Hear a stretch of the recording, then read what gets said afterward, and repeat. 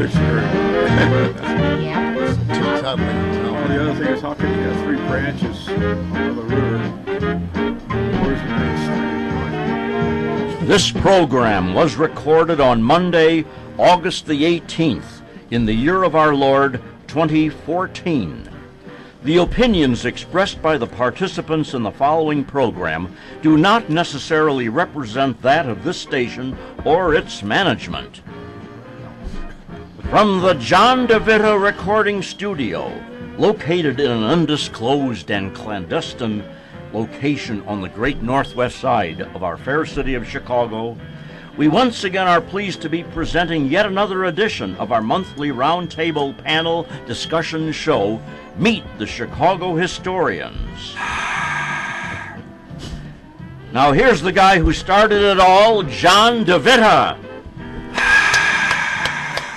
Thank you, Rich. From the John DeVita Broadcast Center, welcome, ladies and gentlemen, to another broadcast of Meet the Chicago Historians on the Windy City Hometown Entertainment Network on Monday, August the 18th, the year 2014. Today's panel will be talking about Chicago architectural, Frank Lloyd Wright and Company. So sit back and enjoy Meet the Chicago Historians. And now to start today's broadcast, here is our announcer, Mr. Richard Lang. And now we turn the program over to our panel moderator, Jack Red Ryan. Hello, welcome. And this is where the buck passing stops, at least at this show. Beautiful day, would you say? We're not quite Gorgeous so far. Beautiful. almost in the third trimester of the summer. So One more month left before fall. yeah, but it's been some summer, isn't it? Kind of a monsoon, kind of a late monsoon for us. Wild summer. They're pretty Not mild. over yet, guys. Few warm Of course, days. we're not there yet. We could still catch it, right? Yeah, they said this weekend's supposed to get pretty warm. Maybe 6 weeks of drought coming up or something here. You say we're in the third trimester. In other words, we can't abort the rest of the season. Is that it? Yeah, they do. They do. Anyway, we have a You hear what? we're kind of late right now. Tom McKenna will be late. Jeanette Frontier was excused. She's on assignment. And otherwise, we have Where's Kenny? what? Oh yeah, Kenny. Yeah, Kenny. I know. He said he would be here. I don't know where Kenny is. I spoke He's to him, feeling well, but Pardon me for forgetting I you, don't Ken. know. I knew it was empty over the other end. Yeah, we was. Well, I talked to him. Was it Friday or Thursday? Anywho, if you're listening, Kenny, come on in. Anyway, starting at my left, we're going to have a little roll call. If you're listening, tell us Mr. how you are. Bill Kugelman from the Chicago Fire Department spent a little time on there, and also very active with the Fire Museum of Greater Chicago, which we will have an open house this coming Saturday, the 23rd. We're open from 10 to 2, 5218 Southwestern. So any of you folks want to join in, we'll be there from 10 to 2.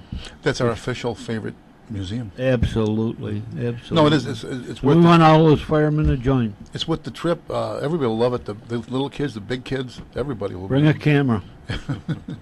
And next, we have a special guest, General Douglas MacArthur. is General coming. General of the Army, Douglas MacArthur. Very good to be with you. Why didn't you want to bring Patton over there in the Pacific? Is that you have a personal thing or what? Well, I think that he put it best when he said one prima donna in a theater is enough. I wonder what he really said. It would have Okay. been interesting, the two of them together. And your name is Sir? John S. Kacholko, today appearing as General of the Army Douglas MacArthur with my suntans and my corncob pipe and sunglasses.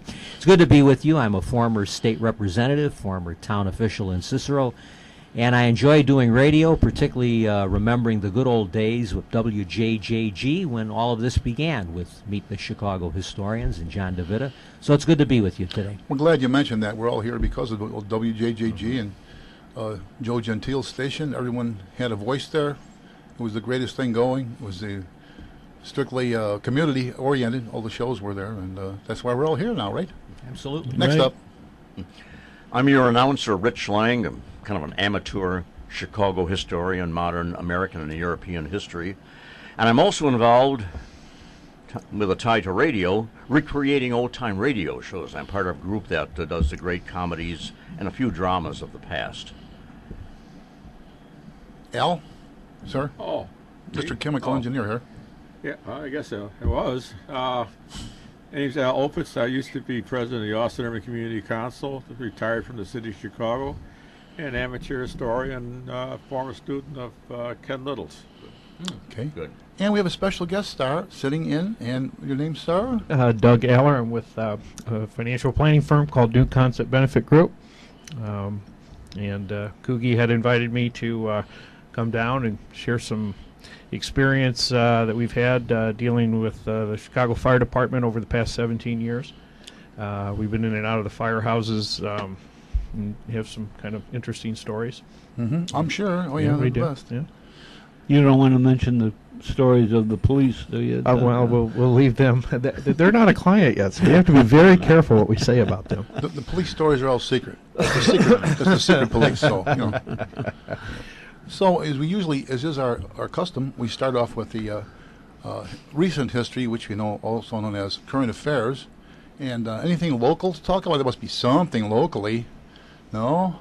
Is that lady going to run for mayor, or what? You know, what's her name again? Yeah. Sorry. Karen Lewis. Yeah. Seems that she is. I don't know. She is popular, but I have my suspects because of being a union organizer. I'm not sure how much she can handle the rest of the city, because I remember when Harold Washington got in the city council, they had all those fights going on, and then when Jane Byrne got in there, they had all those fights going on. I'm not sure if the powers that are in the city council can tolerate her. That's an interesting Or, point. or she could not tolerate them. Well, that also is the Yeah. other way of looking at it. You Yeah. know, what we talk about is like we're fighting you and fighting. Isn't that kind of the way things are set up? So you're not to make things too easy to pass things through to law. Well, the original city constitution was set up, from what I understand, as a weak mayor, strong council. However, things have reversed themselves, and right now it wouldn't be a bad idea to have some aldermen that can stand on their toes. But with the latest redistricting, a lot of the ones that were new and not as powerful but coming up in the world were sort of relegated to a district that they can't win. They're having their own fights out in the wards because of this redistricting, and it's going to be a shame that some of them are going to really spend all their time out there. Well, one former fireman, or still fireman, Nick Sposato, is apparently running the 38th Ward because Tim Cullerton wants to step down, and he's retired from the city as it is. He was an electrical inspector, or number of jobs anyway, and he's 65, I believe, something like that. He's 10 years younger than I am, and Nick has done a good job, from my perspective. Anyway, of course, not everybody's happy, you know. And if you made everybody happy, then you'd be in trouble.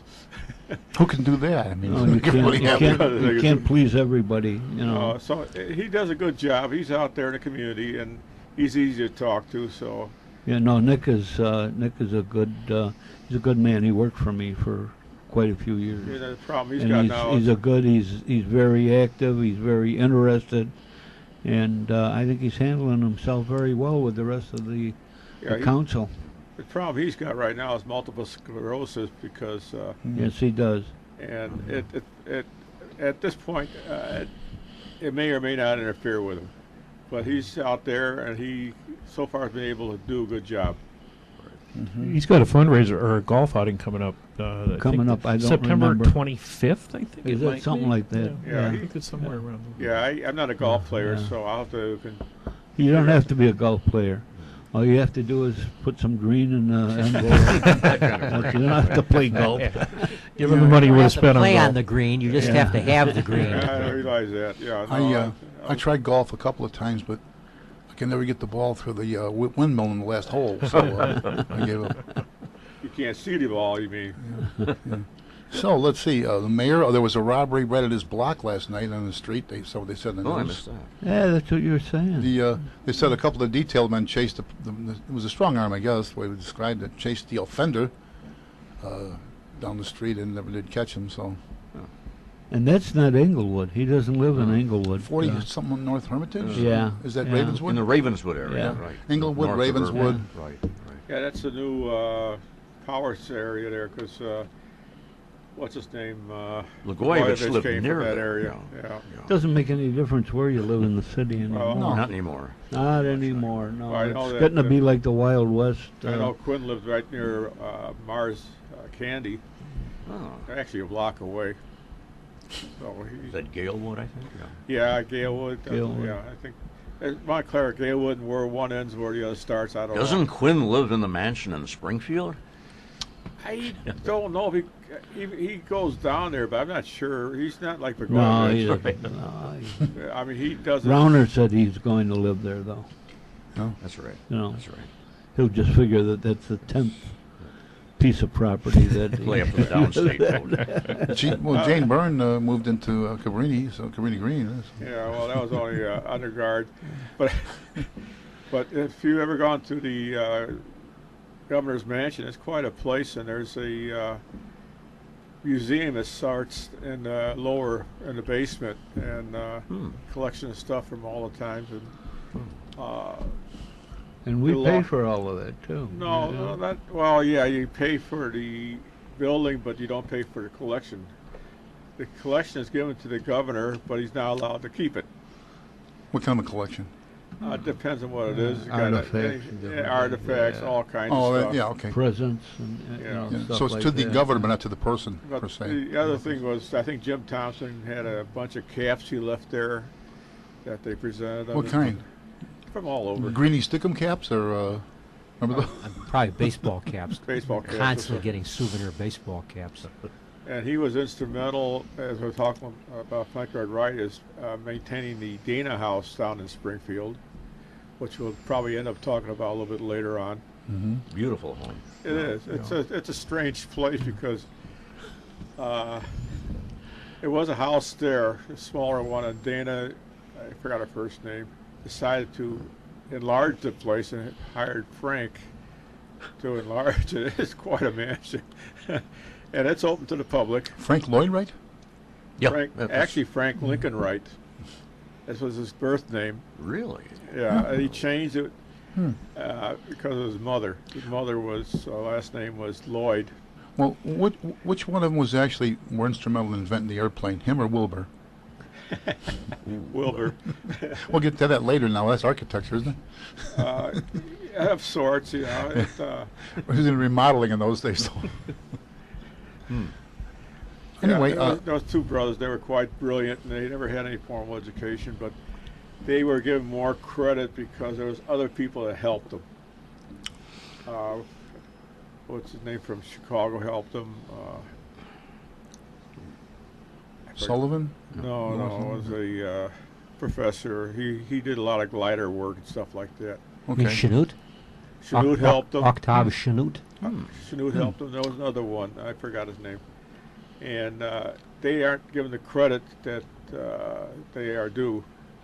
Although Chanute had a base named after him, so he was Leventhal. Oh, yeah. The Leventhal. We're speaking of the governor. I have to report that our family, we were out at the Cell Friday night for You mean Comiskey Park? no, Comiskey's gone. The Cell. The Cell's okay with me. But anyway, Not with me. They were big honoring Frank Thomas all weekend, and he gets a big round of applause. And the presenter got booed. It was the governor.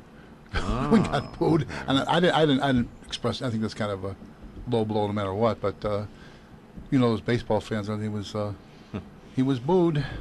He was booed down in Springfield, too, this year and last year. Yeah, he's Pretty bad, so that he wouldn't go to some of the events.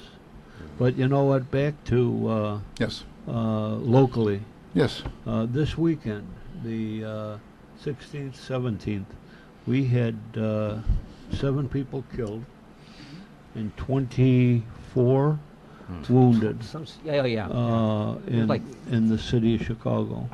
32 shot in our altogether. neighborhoods, and you know, the media all seems to follow the Missouri Ferguson shootings and that, and here we are with all of this just one weekend. You know, it's really getting bad out there.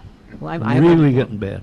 I remember making the comment back when they had the shooting in Colorado. Remember the theater shooting where 14 people were shot, I believe, by the gunman? Yeah. And I said, that's just a typical weekend in Chicago. Yep. That's, you know, there's nothing. I you don't know. know if I go that far, but yeah. I would. Sure, would go I mean, that I'm far. sure the numbers, Absolutely. more people are shot in a weekend in But Chicago than in most the of the... problem there in Ferguson is they're jumping to conclusions, which is more like a kangaroo court. So what's new? They always do. Yeah, and you know nobody really knows what happened, and although the autopsy report started coming out this morning, and he was shot. He had 6 bullet holes in him. I'm not sure. They're not sure it was 6 shots or not, and they're still trying to figure out how and where. But even that autopsy, we don't know if that's authentic. That was an autopsy conducted at the family's request, Right. and it was leaked to the press. So no, I don't think anyone's actually seen the actual Well, autopsy. Now the family has requested another autopsy, which Holder is They're gonna have an autopsy. going to do. Well, that's a You know, Whole it series doesn't of make any autopsies. difference. You know, the copper was a good shot, evidently, and you know, what's the difference? You know, we had 7 murdered here yeah. Right. Well, over just one weekend. without any media No, attention. No media attention. without you any know. Justice Here- Department here's the investigation. And now problem. we've got the National Guard and the state troopers in this city. You know, and these mopes that run the police department and the city itself will not. They will not say, "Oh, we're short of police." No, they say we're not. Because they'll offend the mayor, Oh, the mayor. whoever Well, he you is. gotta look Oh, at yeah. you gotta look at it this way. It wasn't the fact that it was a black getting killed. It was the fact that a white man killed him. A policeman. Yeah. Well, that's Yeah. always the way it is. You know, if a black killed a white guy and it was a black cop, nobody would say a damn thing. Well, what I find to be fascinating is whenever you hear about a police officer being shot, there are many times you hear of a police officer Yeah. being shot, they never mention the race. They never mention the race of the officer or of who did the shooting. But on this, I heard Andrea Mitchell yesterday on Meet the Press, and she was over the white police officer. Yeah. Isn't it funny that you never hear the racial characteristics when it's the reverse, when it's a police officer being Right. shot? Well, this is the problem. This is what's called yellow journalism, and it's strictly to incite the blacks, as far as I'm concerned, because the newspapers claim to the contrary, but I can't see how. No, because they don't want to let No, the they facts get in the don't way of a wanna good admit it. story. You know. Yeah. They sell more papers or When whatever. I tell a lie, I don't want to admit that I tell a lie either. You know. I just heard. Oh, who are you? Tom McKenna. I just got here. I was out on assignment with the Gadsden building. Did you get that job done, Right. Tom? He was in the field. That's right. I just heard, and along this topic, I know you'll be shocked to learn this, but the gentle giant that was shot and killed by the white police officer had marijuana in his system. No. Yeah, I know you're shocked. That's interesting. He had just been to Colorado. Right. Well, this kid was not small by any stretch, and they showed a film of a strong arm robbery Oh yeah. just prior to that. Now the catch on that was that were the police notified or not, and apparently they weren't, and the guy was walking down the middle of the street, and I'm not sure what the confrontation was about. And anyways, you hear so many stories. There's his story, their story, and somewhere in the middle is the truth. And the media and the illustrious governor of Missouri are indignant that this video was released. They're absolutely indignant. I Yeah. mean, it's obvious fact. It's there for everyone to see what happened, and they're absolutely furious that this was released. The same people that are demanding that the facts be brought forward about the shooting are indignant that when the facts come out. Yeah. Immediately, if not sooner. Yeah. Well, the catch on that was they shouldn't have released it, but because of the situation the way it was, they had no choice, and plus the fact there was demands that information be given out. They wanted to know the name of the police Well, officer. the original story, I mean, now it's the original story is totally unraveling. I mean, the original story was he was coming from his grandmother's house, and now we find out that he was coming thought that from was Little committing Red, a strong arm robbery, and he was walking down the middle of the street, and supposedly the police officer didn't know that he just committed a strong arm robbery, but he knew that he That's the just whole committed point. a strong arm And robbery. people behave in a certain way exactly. when they've committed a crime and they see a police officer. And the type of cigars that he stole, those Swisher Sweets, that's the common cigar for creating blunts, which are marijuana cigarettes. So now we find out that he had marijuana in his system. He's obviously a drug user and probably a drug dealer. I mean, this just it completely changes the original facts of that. Here's a poor young black man walking down the street, is confronted by a white police officer, and tries to flee the scene and get shot in the back. Now the autopsy shows he wasn't shot in the back. But I mean, so like I say, the original story is completely unraveled. There's also some evidence that he was trying to disarm the copper, too, take his gun away from him. That's where the shot originally... That's part of the happened at the story car. that came out. Apparently, they said the cop was trying to pull him through the window. Now, how the hell is a cop be able to pull him through the window of a police car? You know, and I kept thinking. Recently, they've been running a 1960s movie called Hour of the Gun with James Garner. I think because of James Garner having passed away. It's one of the many Hollywood retellings of the gunfight at the OK Corral. And they claim at the beginning, this is authentic, this is the real story, this is how it happened. The thing that's interesting about it is, what reminded me, was that when they have the trial, people don't know that Wyatt Earp and Doc Holliday were actually put on trial because the Clantons claimed that this was unjustified murder in the streets of Tombstone. One of the stories used by the defense was that the McClowrys and Billy Clanton, the ones who were killed, had their hands up. They had their hands in the air, and they were attempting to surrender when Wyatt Earp and Holliday and his brothers shot them down. And, of course, the autopsy evidence proves that the manner in which they were shot is not consistent with men having their hands in the air attempting to surrender. But I just thought it was interesting. If I hear over and over this story about he had his hands in the air and was attempting to surrender, I think, where have I heard that before just recently? The autopsy shows that he didn't get through the arm. Now the question is which way the bullet went. They said it was 6 bullet holes. Now how many shots were there? That's one of the conjecture that they're coming up with now and stuff like that. So it's going to be he said, they said type of thing, and I don't know if they'll ever really resolve it unless they go to trial.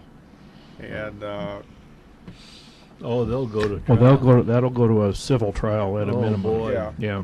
At what point might we hear a statement from the officer involved, or will this Well, wait that's- until Well, the trial? they don't want him to. Good because point.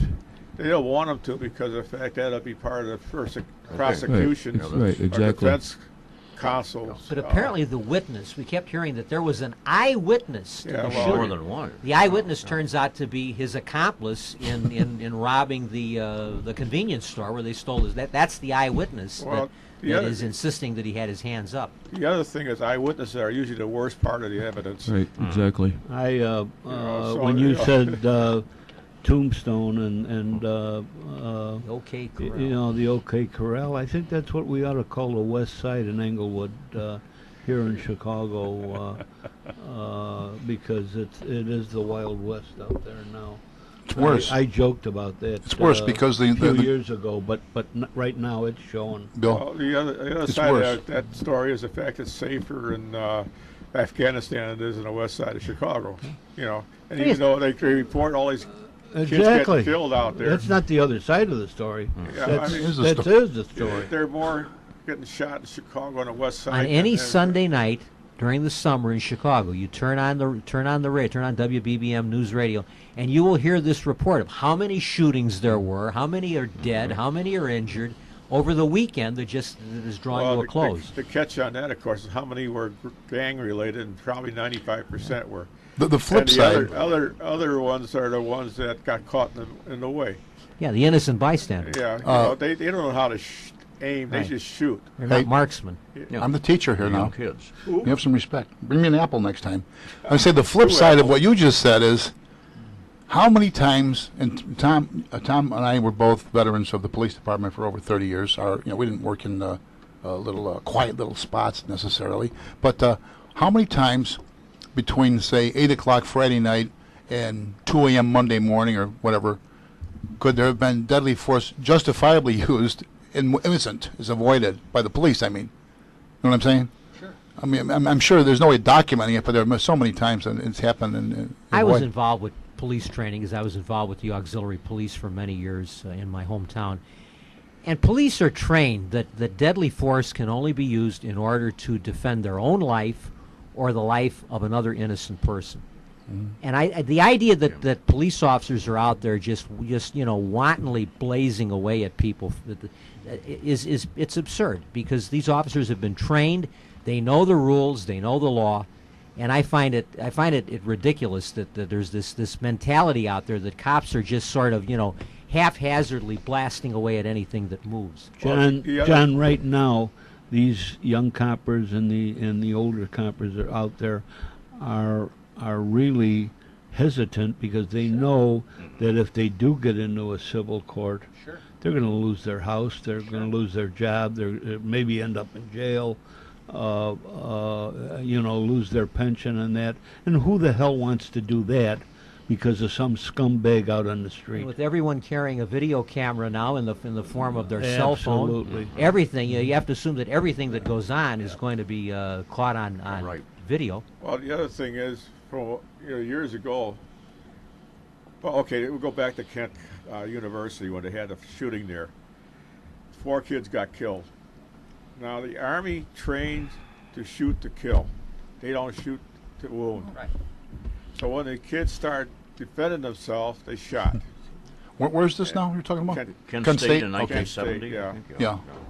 So this is one of the problems you run into. Well- People don't understand that when cops are out there to defend themselves, they don't try to wound. They're out Al. there to Al, nobody teaches shoot to win the wound, Yeah. right? The If you're police using don't deadly either, force, no. you better be justified in using deadly a lot of force. If a Right. police You're trying- officer has to draw and use his service weapon, he's Yeah. intending to kill. Oh, the I was other just person. trying to wing him, but it went to his forehead or something. Another spot. You know what I'm saying? Well, that's one of the biggest things that I ask people now, because Illinois has concealed carry. People know that I was a police officer and ask me about it or what do they think or they should do it. The first thing I ask them is, are you willing to kill someone? Because if the answer is no, you're wasting your time. Don't buy a gun. Don't because you can't threaten someone with a gun. You can't pull a gun out and say, hey, look, I got a gun, back off. And they say, hey, take that gun and cram it. Well, now what? Yeah. So if you're not willing to I mean, You don't have right. if kill you're not, somebody. if you're not willing to kill someone, you've got no business carrying a And gun. that's the way we were taught in the Army. I don't know if you were taught in the Army or whoever was, but I was a sniper in the Army. And we were taught to kill. And if you've got to use the whole mag, then use the whole mag.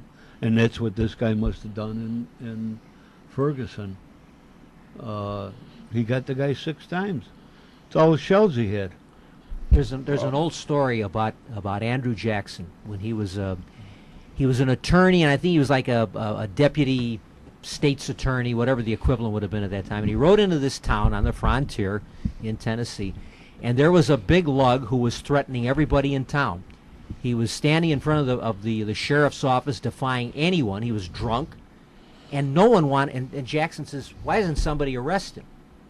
He's too big. He's too tough. He'll kill anybody that." We all tried. We all went over there and tried, and he just ignored us. So Jackson walks over.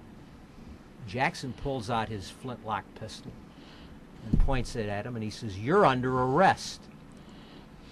And the guy laid down the club or gun or whatever he had, and he followed along. And the sheriff and all of the mayor, everybody came up and says, well, we threatened you. Why did you surrender to Jackson? He said, because I looked in his eyes. He was going to shoot. Interesting. That ties in with what you're saying. Yep. The mayor, the sheriff, everybody, he knew that they weren't really going to do anything about it. You sure that wasn't a James Garner? That was, no, it was Andy by God Jackson. That's a true story. But by the way, John, what was the race of this bad guy? Did it, They're it both was white. immaterial, isn't They it? didn't tell you in the No, I say it's immaterial anyway. Yeah. Didn't have Of to course. tell It you. was a bad guy. A bad, like a the wrongdoer. old West, you always look at the cowboy movies and you see the cattle drives and everything else. They're all white. In general, they were about a third white, third black, mostly escaped slaves, and Mexicans. So they were or Indians anyway. Mexicans are Indians. Whether I don't care what they claim to the contrary, but it was a mixed group there because of the fact they were all essentially thrown out or Outcast. outcasts. Yeah. And this is one of the jobs that they got. And they didn't normally carry a gun because of the fact that, one, you didn't want to scare the damn cows, because if they got scared, you couldn't stop the stampede. And the stampede was dangerous, to say the least, because they'll just trample anything to death. And so they used to sing because of the fact that it wouldn't scare the cattle. And it started out with the cowboy yodeling and all this other stuff because of the fact that the cows knew what was coming up and they wouldn't get scared. So it's a Yeah, lot I of didn't know stories that. are I not wrangled shown. a lot of cows. I never thought of singing. Hold that thought. Oh, excuse me, Got a break everyone. time. Now Nobody for a wants to see brief us sing. intermission. John, You're listening to Meet the Chicago Historians, and we'll be right back.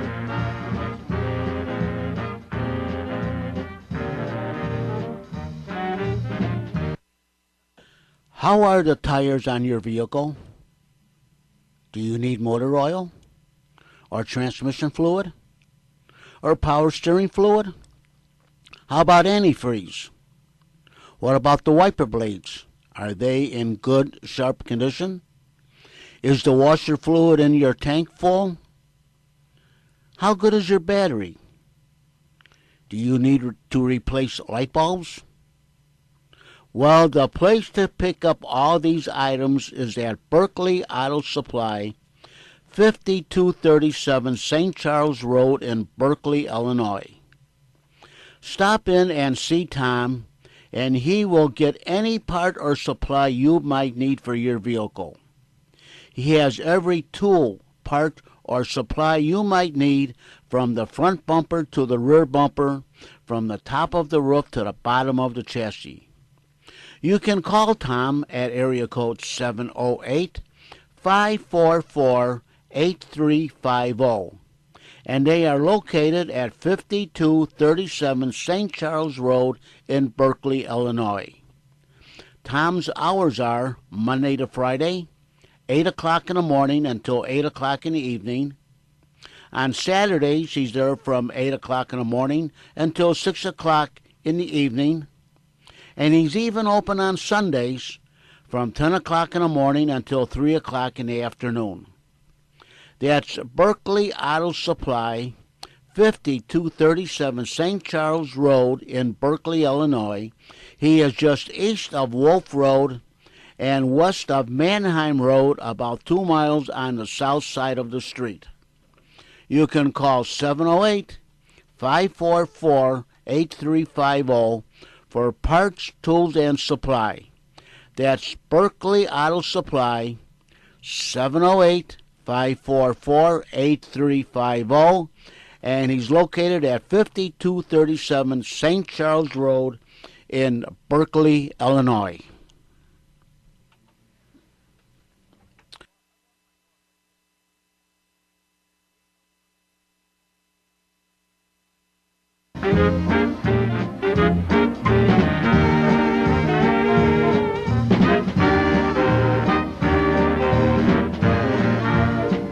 Now back to our special edition of Meet the Chicago Historians. Jack? Hey, Bill. John? Doug? Rich? Al. Tom. John, Jack, Red. Just don't call me late for dinner. Anyway, we're still on national national recent history news. And what about this indictment announced against Texas Governor Rick Perry? Do you think he's in trouble, or do you think this is what? I think he's got a lot of guts, to say the least. Well, Because how can you let someone that is a felon, she did time, continue, and he tried to run things, and Well, you know, talking about releasing videos, that's a video I'd like to see. yes. Supposedly it's a real doozy.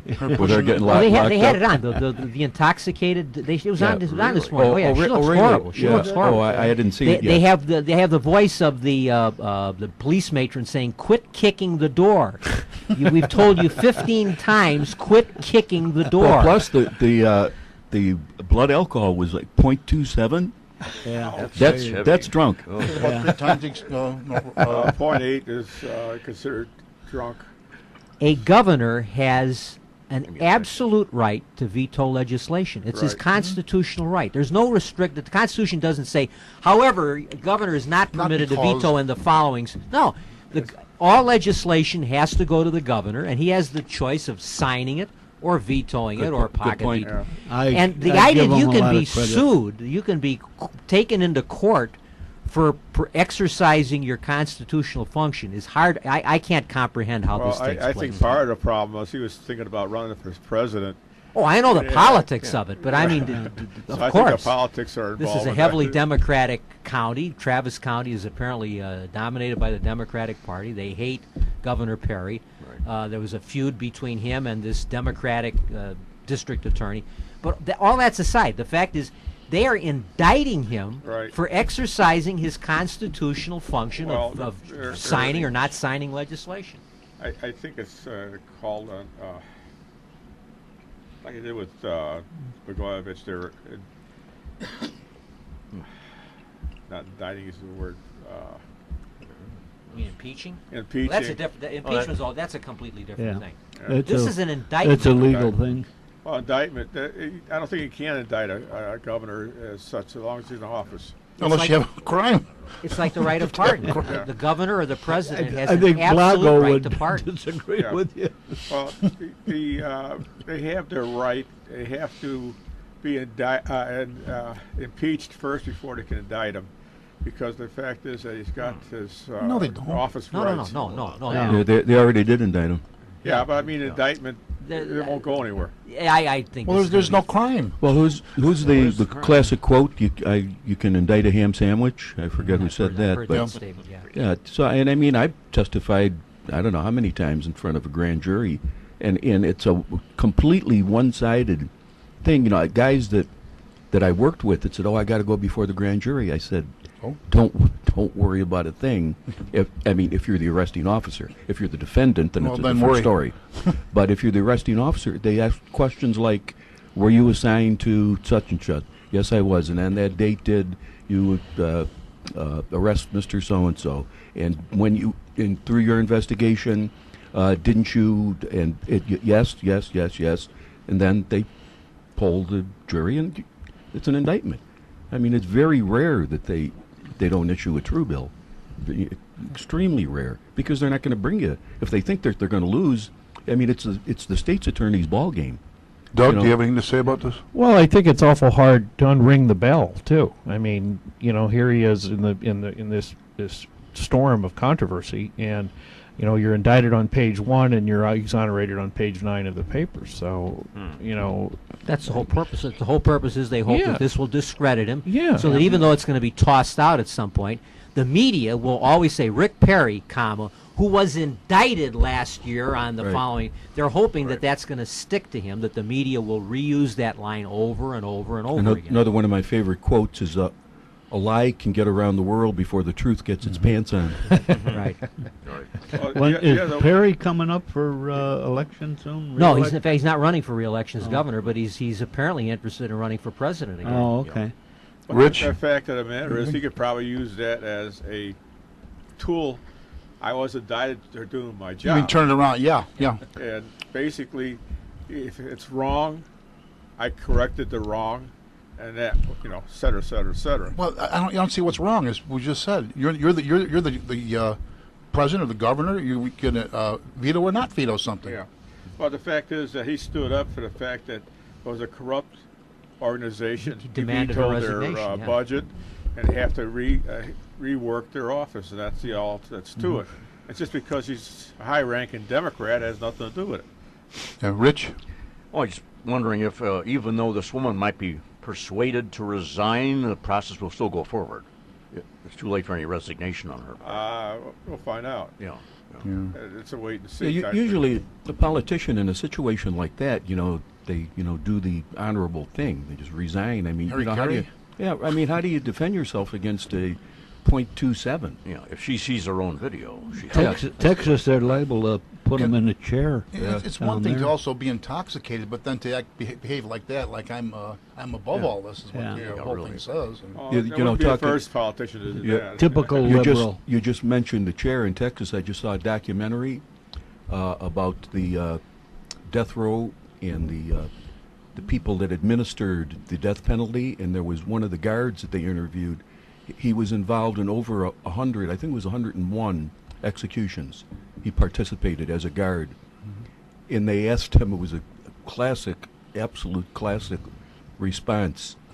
The documentary filmmaker said, you participated in over 100 executions where you took someone's life on behalf of the state. Do you have any remorse or any ill feelings about that? And he said, hell no. They should have shot him when the day they locked him up. Well, the other one was, I think it was Utah, that had the death penalty by firing someone. Hanging or shooting. And they asked if the convicted felon wants to be shot, because it's a faster thing, I guess, or whatever. They asked for volunteers that are lined up out the door. Yeah, that was the famous one was what's his name? Gary Gilmore? Gary Gilmore, right? And how many years ago was that? 30 years ago, recently now? That was in the 70s. Yeah, it was. I like a Bally now is they have the firing squad there. Yeah. Where? Yeah. Bally, where the two Yeah, where the it- woman's body was Oh, stuffed okay, in yeah. the There's trunk no and jury that. trial there. It's a Good, that's it's fine. a panel. That's fine. Well, there are some states, because of all this controversy now with the lethal injections and the problems they're having with getting the proper drugs. There's states talking about going back to electrocution. Yeah. Well, that's good, but I cannot see that. I studied veterinary medicine, and I put a lot of dogs and cats and horses down with that lethal injection, and there's no coming back from it. Yeah. I mean, and they just go Electrocution down not and they too go well, to you- they go to sleep, and bingo, that's Yeah. it. You got to watch out that the horse don't fall on Well, you. I know Well, you, it should years, be. I don't see where the hell But what but the fact problem is they're they've doing. had problems with, I don't see I where don't the know. hell they're doing it. Well, Well- years ago in Texas, they offered them the death row inmates because a death row sentence is automatically appealed to the Supreme Court. Yes. Now, they gave them, I didn't even know that they could do this, but they gave them an option that they could waive their rights and say, hey, I'm going to get executed, execute me. So someone said, well, this is interesting. Most of the states, the rest of the states are trying to eliminate capital punishment, and Texas has created an express lane. Well, the old saying goes, the South is Christian and whatever, all this kind of other stuff, and they seem to have the highest rate of executions in the United States. Well, So- that's not inconsistent. I mean, who are they executing? It's Murderers? it's a big Well, state too. multiple- I You got a realize lot of that, but I'm people just down there. saying, though, Nothing that inconsistent the with North is supposed to be not as Christian as the South, and the Bible says don't take a life. Yeah, the so-called Bible Belt has higher rates of divorce too. So Yeah, I I mean, know. whatever. Well, And the only good thing about Texas is that, my ex-wife lives down there, but the death penalty is. All my good. exes live in Texas. All my exes Great live in song. Texas. Yeah. Texas had an agreement when they came in the union that they could split up into like 5 states Five if they states. wanted to. Yeah. Sure wanted to, yeah. Man, would that do to the Senate, huh? Yeah. Do it, Texas, do it. Well, the other It one. also the treaty provided that the Texas flag shall fly beside the stars and stripes on all public buildings, which was not common in those. Not Flying below, but state beside. flags was not common in the 19th century. But that was actually part of the agreement when Texas came into the Union. that they would retain their Lone Star flag and that it could fly beside the Stars and Stripes at all times at all public buildings. You know, you're talking about Texas now, and the piece of property to the south of Texas is still holding this sergeant. And Yeah, there you Jack and go. I Yeah. talked about this, and he had his hearing, and they called it off for, what was it, Jack? For they came to the Mexican court came to no judgment, so they have extended it, and they fear that it will be another 8 months. And you know, down I'll there. tell you something. And this What- government, this president, who's very, very familiar with this Mexican president, has not done a damn thing. Would it take one phone call? Well, Yeah, because one there's phone guns call. involved. Yeah. But I'm going to tell you something. What he did, getting lost, I did the exact same thing in the exact same location. Once you make this one turn, next stop is Mexico. Yeah. There's no way around it. So I know exactly what went wrong. But he made the mistake. He was upfront about it and said, "Hey, I made a wrong turn, and you know, if you're going to search me, I've got some guns." That was his mistake. Yeah. Yeah. That's Andrew Tomorrissey. Yeah. That's Is his he? What is he? Is he Iraqi or I don't know. Iranian? It sounds like that the way. Yeah, it's Tahmoressi, and it's certainly not Italian with the double S's, and it's No. certainly not Morrissey, Irish, but who knows? It doesn't matter. What's the He's first an, name? Andrew. He's an American Marine Yeah. sitting there for, 150 days now or something like Oh, that? yeah. Is it something like that? They had him chained Yeah. to the bed. He's there, as Tom just said, a dime should be able to spring him, a phone call, whatever a phone call costs now. I'd pay for it if they want, but a call would spring him, and yet the family of the, what was his name in, that just came back from Iraq? Bergdahl. Yeah, Bergdahl, I couldn't Yeah. think of it, yeah. So the family of basically a deserter gets the Rose White- Garden treatment. Rose Garden, White House treatment. It doesn't surprise. I mean, this No, guy, it this doesn't, guy, in you know, Yeah, none of this. his surprises me. his absolute true colors are coming out now. Here's the highest ranking military officer, a 2-star general, gets shot and killed in the line of duty, and at his funeral, Obama wasn't there. He was on a golf course. Yeah. Now, if that doesn't just say it all, right there, Yep. you know, Yep. it's just. Let me give you another. This is something that I found to be appalling. Not some months ago, Margaret Thatcher died. She was one of the finest, staunchest allies this country ever had. Yeah, very much so. She was the leader of our closest friend and ally in the world, Great Britain. And when she died, the president did not go to her funeral. The vice president did not. The secretary of state. I don't know who they sent. But no one of that. The president should have been there for Margaret Thatcher's death. Someone of that stature. But I'm sure there was something more important going on at the time. Yeah, golf. Fundraiser, Tea or time. golf event or something. Well, I know at the National Police Officers Memorial in Washington, D.C., he was the first president since they held it that didn't show up. It's right. But he had a good excuse. He was signing autographs and doing a photo op with the World Series champions. And was it Holder told you guys? Oh yeah, well yeah. Eric Holder, he gave the keynote speech, and he said if a police officer is killed in the line of duty, we'll prosecute.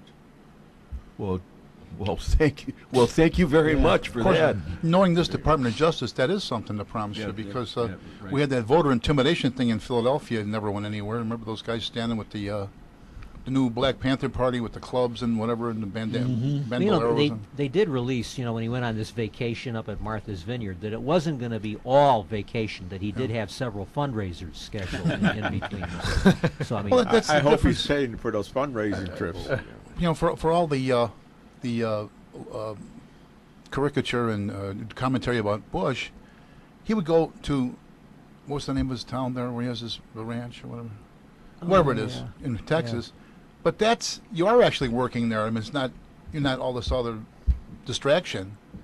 So there's was a it- difference between going to your home, Yeah, or Camp David. ranch, or- or Camp David, Yeah, which is Camp David. provided for the president, and going to Martha's Vineyard. Right. And hobnobbing. Well, with his return to Washington, what was it? Was it $500,000? It cost the taxpayers for him to come back to Washington and then head there. Well, you gotta look at when his wife went to Europe. Entourage. She had 2 planes. Yeah, at $93,000 an hour. Yeah. So who paid for that? We do. Why? It's a vacation. I have yet to have a vacation where taxpayers paid for my vacation. It's the perception. If you ask the average person, who do you think played golf more when he was in office, George Bush or Barack Obama? Well, I know the answer. The overwhelming answer would be Bush, and it's not true. Not only isn't it true, it's not even close. It's not even close. I think he's attended twice as many political fundraisers in the same period of time as Bush did. Well, the other one that had a bad reputation for golf was Eisenhower. There was somebody else besides Bush that played golf more. But doesn't that tell you? Don't they have something else to do than to count the hours that the president is out on the?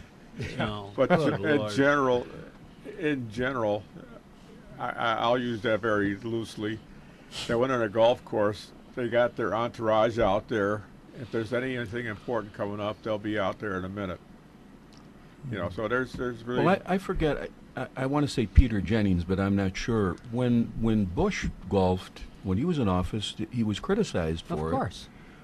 Now with Obama, when they came out with the statistics about how much time he spent on the golf course, that's just wonderful. Because a man that has, the burdens, the tremendous burden. They never miss an opportunity. It's a fantastic Isn't thing. it great? Yeah. Now, I've seen correspondents saying it's good to know that the president, with all the burdens of his office, How about from the time he was sworn in, he screwed up? He screwed up the. I don't know if it was him or the Chief Justice Roberts, but if you remember correctly, when he took the oath of office, it was messed up. the wording was So wrong. so Roberts or someone suggested behind closed doors, we'll do it again just to make sure in case there's. Now, if Bush had It would have been proof of what a dumbbell he what was. a bumbling idiot this guy is. He can't even with Obama, stroke of genius. Oh yeah, yeah. How intelligent is he to redo it? How many people know that Barack Obama once said that he was going to campaign in every one of the 56 states? If Bush had said that, He didn't, did he? if Bush had said that, Letterman would still be doing jokes upon it on the. What about the You gotta corpsman? remember the political ideals of the reporters are generally Democratic. The liberal Democrats. That's And if pretty you come out- obvious for one thing. If you come out with a conservative, they're drummed out of the core. No, there's never just a conservative. It's always an extreme conservative. Do you ever notice there's no such thing as just a right-wing far right. extremist. Far right. I like this this new story that came out about Jay Leno, about how CBS or who NBC. was it? NBC. NBC knocked him out and got rid of him because he was making too many jokes, too many one-liners about Obama. He would. I give Leno credit. He made jokes fairly on both sides. He would do as many jokes about Democrats as he did about Republicans. You didn't know what his politics. Well, and that's, I think, one of the reasons that he was out the door. I absolutely believe this story. He wasn't like Letterman, Wait, who no. only does jokes about Bush and other It Republicans. depends on who's counting.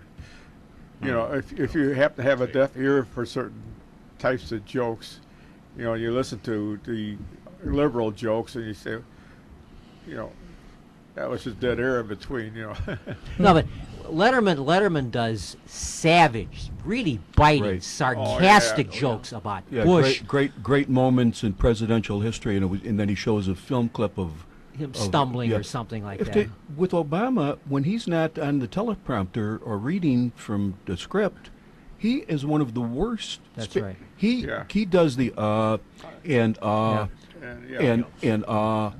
Yeah. like I said in speech 101, if when your final exam and you give your speech, the teacher be checking every. You can't keep on saying He ain't no FDR. Yeah, right. No, he's no Dirksen either. But one of the better speakers of modern times was really Reagan.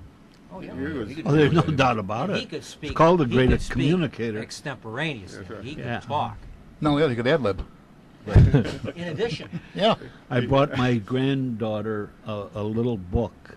I don't know where I got it from. I ordered it, and it was the story of Ronald Reagan, done like a Good. child, for a child, and it tells all about him, his history and that, but something that a child. Well, plus, can and then- and I thought, you know what, I got to do that now for history, to teach these kids something about history. Well, plus, And because they don't do anything in school. Reagan was, I mean, he really had a great sense of humor. You know, I forget in the one presidential debate, they said that, now his opponent's name escapes me. Walter Mondale, perhaps? Oh, with yeah, the age? right. Walter yeah. Mondale. And they said that Mondale was going to talk about Reagan's age.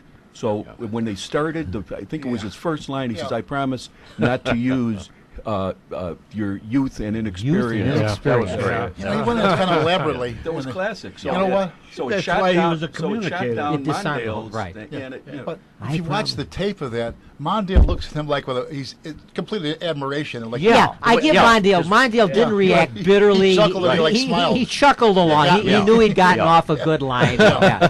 He built it up though very well. Though. Yeah, yeah. I won't make an issue of my opponent's youth and and inexperience. inexperience. Beautiful.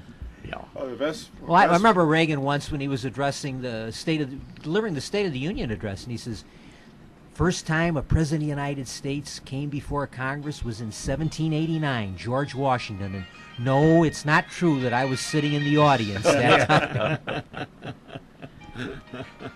Well, one of his nicknames, of course, is the Great Communicator. Yeah. So that's no Oh, doubt he was. of that. He was. No, he's good. That acting, you Oh, yeah. you think right away, oh God, an actor from they're- Hollywood and that, but he was. Yeah. Well, There was a another sincerity another there. He was great a another great the term line class act applies to when that. when Clint Eastwood won the election for mayor in Carmel, California. Reagan called him up and says, "What the hell is a former cowboy actor doing in politics?" Running for political office. I remember how long ago has he died now? How many years? 2004. Is that long? Four Is it that or long? five, yeah. Well, when it was on, they had on the radio. It was the How long D-Day as he anniversary, died? yeah. Listen to me. Anyway, they had some clips of his speeches.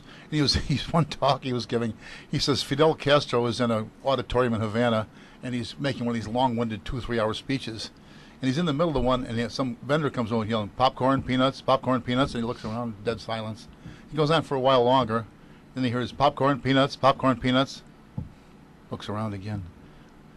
Third time he goes, a while later, here's popcorn, peanuts. And so Castro says, if I catch whoever it is that's howling this popcorn and peanuts, I'll kick their rear end all the way back to Miami. And then everybody in the audience goes, popcorn, peanuts, popcorn. The whole audience erupted. But anyway, it was one of those occasions. Supposedly, too, he was in the motorcade, and he had the thumbs up was his big thing.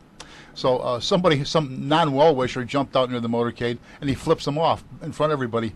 So Reagan talked to his son and says, "See, it's catching on." But what can you do at a time like that? Make a little light of I'm something. very proud of the fact that I had a chance to hear him speak in person several times. I had a chance to meet him, shake hands with him, get his autograph, have a picture taken with him. So I'm very, very proud of that. I that was connection. in the group that was over at the Copernicus Center when he came over there, and in one of his lections, I got a photograph of him with Bush on a fire truck, I believe it was. He was going around at the time, and when I first got there, they told you had to be there like 2 hours ahead of time, so they can check you out and all this other stuff. And had my camera, and he had all the roofs. You could see all the snipers up there, that type of thing. And I told Secret Service guy, I says, "Are you sure anybody's going to show up? You got so many people here already." It's the ones you don't see. In 1974, he came to Cicero to campaign for Henry Hyde, who was running for the first time for the United States Congress from our district, the old 6th District. And he spoke on Cermak Road from a flatbed truck in the parking lot of one of the big banks in town. And I was there, and I had the good fortune. It was one of the few times in my life I was in the right place at the right time, because when they opened a pathway for him to get to his limousine, they brought the limousine, and I was standing right there. I was as close to him as I am to you right now. And as he was getting into his car, I said, of course, he was still governor of California at the time. I says, Governor, you'd make a great president. And he looked up and says, well, thank you, young man. I appreciate that. I was detailed. I was in the 10th Battalion, and I was detailed to the cathedral on Devon Avenue. And I said, what's going on? Well, we can't tell you. We can't tell you. You'll have 2 or 3 companies there, and you'll have a couple of ambulances and blah, blah, blah, and you just take it. And I was going home. This was overtime. And I finally got out of somebody that Reagan was coming in by helicopter, and that was the place to be. So I called my daughter. I said, she just had the one, she just had Matt. And Matt was he was about 8 or 10. And I said, get over here. Get over here and meet me, and you're going to see the president, and blah, blah, blah. And we came over, and he came down. The limo was parked there, the presidential limo, and he wasn't coming in. He had come into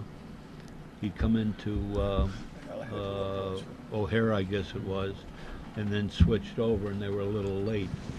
So being that, I'm talking to the Secret Service guy there, and he put Matt in the limo and took him for a little ride around the cathedral. Wow. And came by, and of course at that time we got a couple of pictures.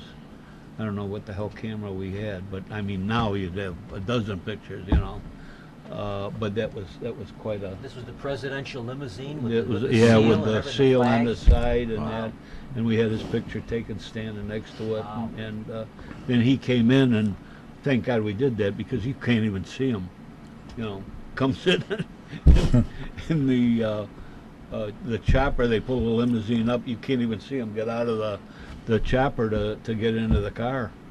But that was quite a thrill. We got to go to break now. Hold that thought. We'll be right back. You've been listening to Meet the Chicago Historians, and we thank you for it. We'll be right back.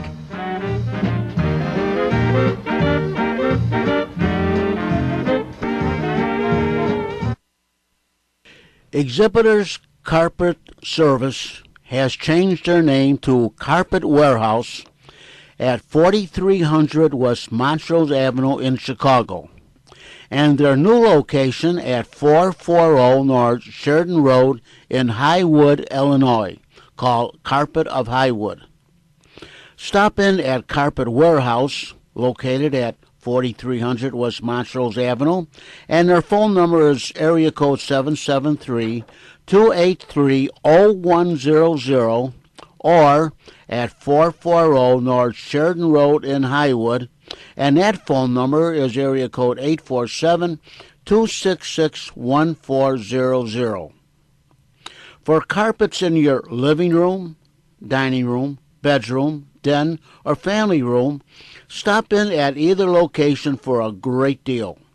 Once again, Carpet Warehouse, 4300 West Montrose Avenue, and their phone number is area code 773-283-0100 in Chicago, or Carpet of Highwood at 440 North Sheridan Road, and that phone number is area code 847-266-1400.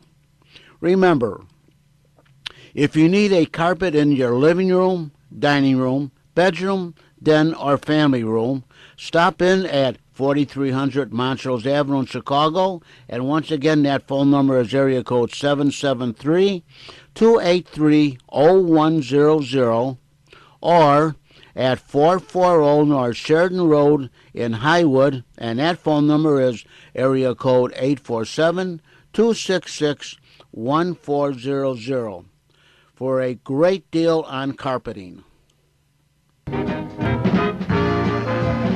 Now, back to our show. Jack? Okay, hello everybody. We're back now, and we're talking about experiences, personal experience with Ronald Reagan. I think maybe no one else has any personal experiences. The only one I can think of, Tom and Doug, is you're probably too young, but I used to see General Electric Theater, and he was the host of that. Oh, yeah. So that's the first recollection I have. Ronald Reagan. Yes. Did you have any personal experience? Reagan, no.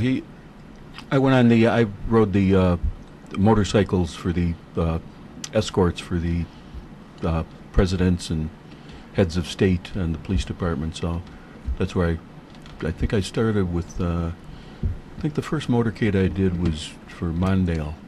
The vice president got it too. Dewey. Yeah, right. President Dewey. Now, for all you young folks out there, 1948 election.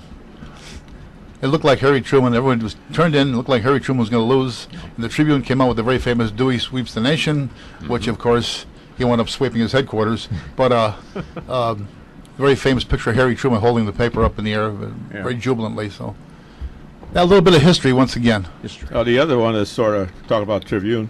I was walking over towards the Tribune Tower one time, and the cop says, "Stay on the side of the road. Stay on the side of the road." Well, I got the right of way. He says, "Stay on the side of the road." Here comes a limousine. Jimmy Carter comes out. Ooh. He goes in the Tribune Tower. He's a small guy. Yeah. I think he had one or two cars. I don't remember anymore. Entourage there. That was about it. I don't know why he went there, but that was it. Well, Carter has to be pleased with Obama because now he lost the. He's not the worst the worst president. president ever. Yeah. Well, You come know, on. I watched Channel 11 last night, the Jeffrey Bear program on the Chicago River. Right. Well, that was And, interesting. I saw that. That last night. was Yeah. that was Yeah. still. I could watch that every week. His programs. That was really nice. That Streeter guy seems like he was crazier than an outhouse rat. Streeter? Yeah, Yeah. yeah. I mean, the stuff that he just built his own little island out there, and Yeah. you know, Oh, He's a he's man of his own. he sunk his ship, or his ship crashed Went on aground, yeah. ran aground, whatever. Yeah. Various different things. And he invited everybody to dump the tailings from diggings and everything else out there. So he sort of built his own land, and then he called it Streeterville, I think, at that time. Yeah. Well, he was an prime real estate now. Yeah, we yeah. call now an entrepreneur. Yeah, he tried for years Good to for evict him. them, Yeah. and he held him off with guns and all this other Wait. stuff. So all kinds played of by his own rules, you know. Yeah. Yeah. strange And character. his wife was involved too. But they still got, Yeah. they got a statue of him over there anyway. Don't ask me why, but they got a statue there. They also, in that same series of programs I was watching, Montgomery Ward, the original, he was credited with saving the lakefront. He fought for it for years and years. Yeah. Is Montgomery Ward still in business? No, No. no, they. Well, I got something the other day. I'm going through all of this stuff, and it's some. I'll have to look it up and bring it next month. there was a Something about Montgomery Ward's sale, or yeah. some There was damn thing. somebody who tried to reincarnate the name, and they had some catalog sales going on, but I don't think they ever went too far with that. Oh, that's strange. How about we do the same thing with Marshall Field's name? Yeah. I Yeah. wish they would bring that back. I always thought that was a mistake for them to change. I'm no businessman, but you're They right. should have it was so much a part of Chicago that they should have retained Couldn't it. it in say Chicago. Montgomery Ward's a Macy's company underneath it or something like that? Macy's is New York City. I mean, Yeah. Macy's is New York. You Yeah. identify it with New York. Yeah. It just doesn't fit with Chicago. Well, the other thing was that they said it cost too much for. Yeah, it was advertising. That's Oh, BS, I because don't Carson buy that. does I that don't because buy the that. You got Carson. something to say, John? Yeah, there used to be a Montgomery Ward's right on the corner of Addison and Sacramento, Yes. building that shopping mall over There's there. also right, here yeah. at Brickyard had one. Yeah. Right. But anyways, I forgot what I was going to go on now. Well, that lame excuse they used that they wanted Yeah. national advertising. They didn't But want specific anyways, advertising in Chicago. Silly. Carson's is part of a chain, and every Target's every city they're in got Bonton or whatever Right. it is, and the ads are all the same except the heading on there Right. is changed That's for right. the community. That's right. Well, that's So, no big deal. Macy's a big bunch of liars. Well, Target owned Marshall Fields, but they retained the Marshall Field name and logo and everything, even Yeah. though it was part of Target for some years. yeah, Target, and they own some other, as you said. They had But, like, Jail Hudson. As I far as think, these too. ads go, you look at your ads for our different lottery prizes in Illinois. Those weren't made just for Illinois. They're made a certain way, and then they splice in or dub in the name, the state, whatever yeah. the particular thing is, like that. Yeah, it's all It's done computer. elsewhere. The computer does wonders. You could change. Take a look at your magazines you get them. You got your name in the box at the bottom. They don't even have labels on there. Right, no anymore. more It's- labels. Right. It's put in with the computer. Yeah. And you go out to M&M candy, and every little M&M's got initial on there, and they'll customize the M&M candy for your wedding or whatever it is. So you order custom candy. Did you hear about the blonde? She got fired from her job in the M&M's factory. She was throwing out all the W's. Oh, jeez. That was Jack Ryan. Post office box. By the way, I apologize. Make My daughter no Michelle, mistake. Send all she's a complaints. natural blonde, so I'm saying. Yeah, the organization here has no responsibility for Jack Ryan. We already had the disclaimer in the beginning. Better add Come that on to the now. disclaimer. I will. That's our disclaimer. Good. Yeah, this I get here once or twice a month down here, and it's much cheaper than paying a shrink. So, what is it? A big secret here, huh? The head of an Abenaki Indian. That's what it Doesn't is. do well on radio. Well, what's funny about the presidents, one of the people I know lives in Hyde Park, and she said, I'll be glad when Obama's out of office because then, it'll quiet down. Open all streets that again. stuff. Yeah. I said, I got Yeah. news for you. They're going to have Secret Service all over the place. Every time he goes to the outhouse, he's going to have an entourage with him. So it's just, the best thing that could happen is he sells the place. Otherwise, I don't picture him coming back to Chicago. I don't either. There's not that- Hawaii, the Hamptons, Martha's Vineyard. Yeah, there you But, go. you That's know, a good place for You him. know, getting back to the Macy's thing and being a New York company, one of the main reasons that they didn't retain Marshall Fields is because they are from New York, and New York is obviously better than Chicago in every possible situation. So why would you want to retain an inferior name like? I mean, that's their attitude. Yeah. My favorite story about the New Yorkers' attitude. Every year for the St. Patrick's Day parade, there's a group of New York policemen from the New York Emerald Society. They come and they march in the Chicago parade. So, on Duggan's, the bar on Halsted, I was in there one time with a bunch of the New York guys. And the New York police, they wear their unit insignia or designator on their collars. Right. Where Chicago, well, we used to wear it on the shoulder, now we wear it on the name tag. So anyway, they were talking to some girls, Chicago girls, and one of the girls said, Midtown South. Where's Midtown South? And he said, look, I'm going to make it easy for you. You know what a garden is?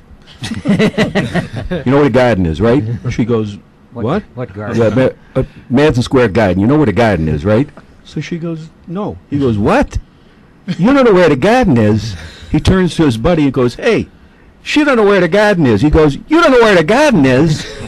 It was absolutely inconceivable to someone from New York that anyone on the face of the earth would not know where Madison. How could you possibly not know where Madison Square Garden is? It's right down on Broadway. Yeah. Yeah. My daughter Michelle, she was there when they were either in school or just out of school for something. I mean, might have been St. Patrick's Day around then. And she asked some of the cops detail there, where was such and such, and they didn't know because they were detailed in from Staten Island or somewhere, so, or even. Well, you got to look at the other way around. They're not too bright because they had to tell them there's New York twice. Yeah, 3 times. I just got this yesterday, and I gotta tell you this, and it's over the subject that we were just talking about a few minutes ago. Start right here. A Marine enters the Catholic Church confessional booth in Jacksonville, Florida. He tells the priest, "Please bless me, Father, for I have sinned. Last night I beat the hell out of an Obama supporter." The priest says, "My son, I'm here to forgive your sins, not to discuss your community service."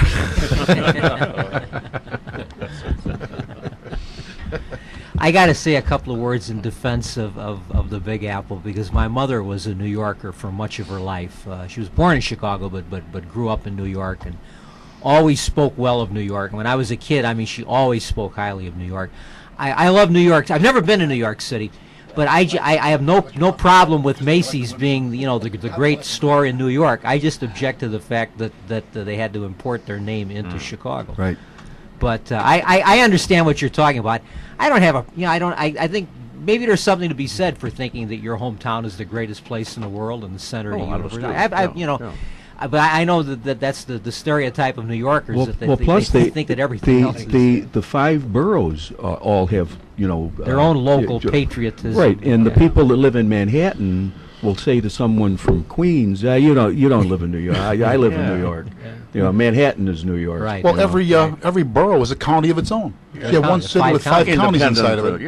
Instead of White Manhattan is New York County. Yeah. So there it's City of New York, County of New York, State of New York. Probably township also.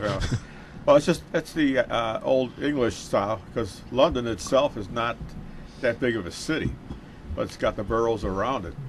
Right. Well, today they've changed. They've unified it now. There's one city. They have an elected mayor now, which they never had for many. There's now an elected mayor of London. Wish we had one of those.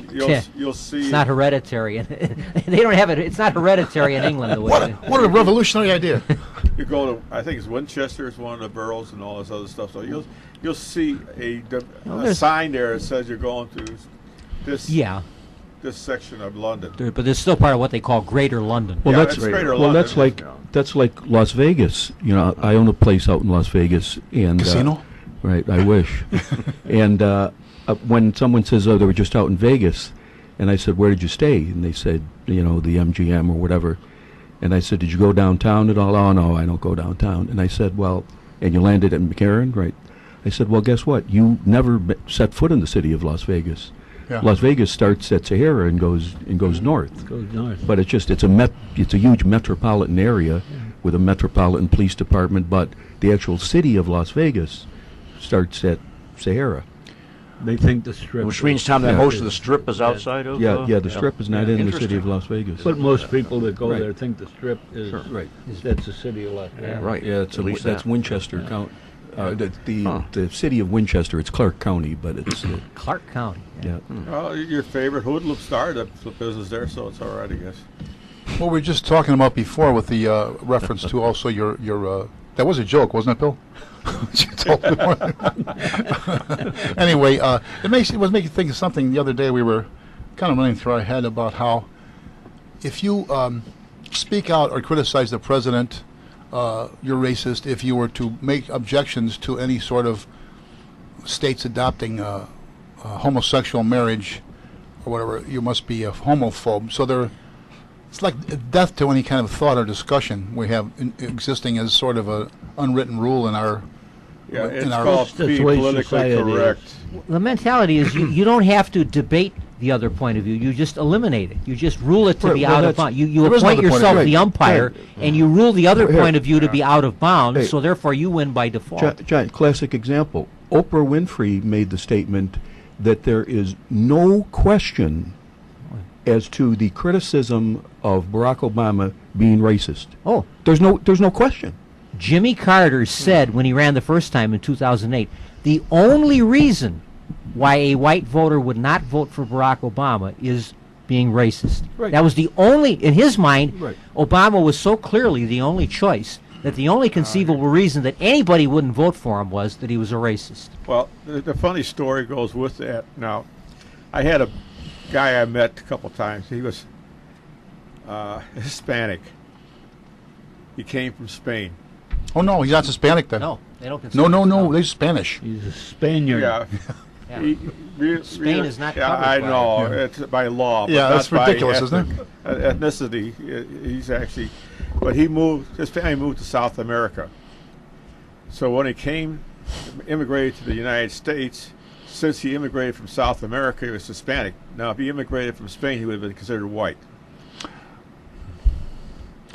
Well, Figure that one out, because Hispania is where the word Hispanic comes from, which is the Spanish word for Spain. España. Yeah. Now, the other side of this, if you're Jewish, you're Semitic. Semitic, but if you're Arab, you're not Semitic. But there's Semitic people They're also. Semitic people, yeah. Yeah. Yeah, it's a Semitic group, Mhm. and they always had tribal fights, so it's been going on for years. Do they ever? Centuries, So, I have a hard time comprehending some of the logic behind some of these laws that come out. Well, you're not Because, the only one, then. You know, It's what they call semantics. yeah, Politics. Oh no, can't be that. But I mean, the thing that I can understand is the only people that are bringing up racism are black. Yeah. I mean, here's the Attorney General of the United States, the highest-ranking law enforcement officer in the country, and he is complaining about racism. Well, how did he get in the position that he is? If this is a racist country, I could see if some black guy, mopping the back room in a Greek restaurant, saying, hey, it's tough for. This is the Attorney General. I mean, what? I mean, it defies logic. And why is he bringing it up? I mean, I could see if, the governor of Texas said, well, I ain't voting for no black well, then you respond to it. But nobody's making any racist. No, there is, it's like the columnist from, who's she with, sometimes Mary Mitchell. I call her a racist behind every tree. Every single article she writes, there's all these racists out there. Where are they? Well, her own columns. She said one time some two candidates were running, and she says that doesn't comply with our black politics or something like that. Where she was making the same sort of a statement on their own behalf there. Well, the other one that goes out, if you remember the race between Bernie Epton and Harold Washington. I remember. Sure. And it was as stupid as race there was, because the fact that the Democrats were out pushing for Bernie Epton, and I was out trading buttons between Washington and Epton because of people that on the north side wanted Washington buttons, so I got buttons for them, and people on the south side wanted Epton buttons, so I got Epton buttons. That's a classic example of what the media can do for you, do to you, Yeah, because prior to that, Bernie Epton had the tag of a liberal Jew from Lakefront liberal from Hyde Park, Yeah. and now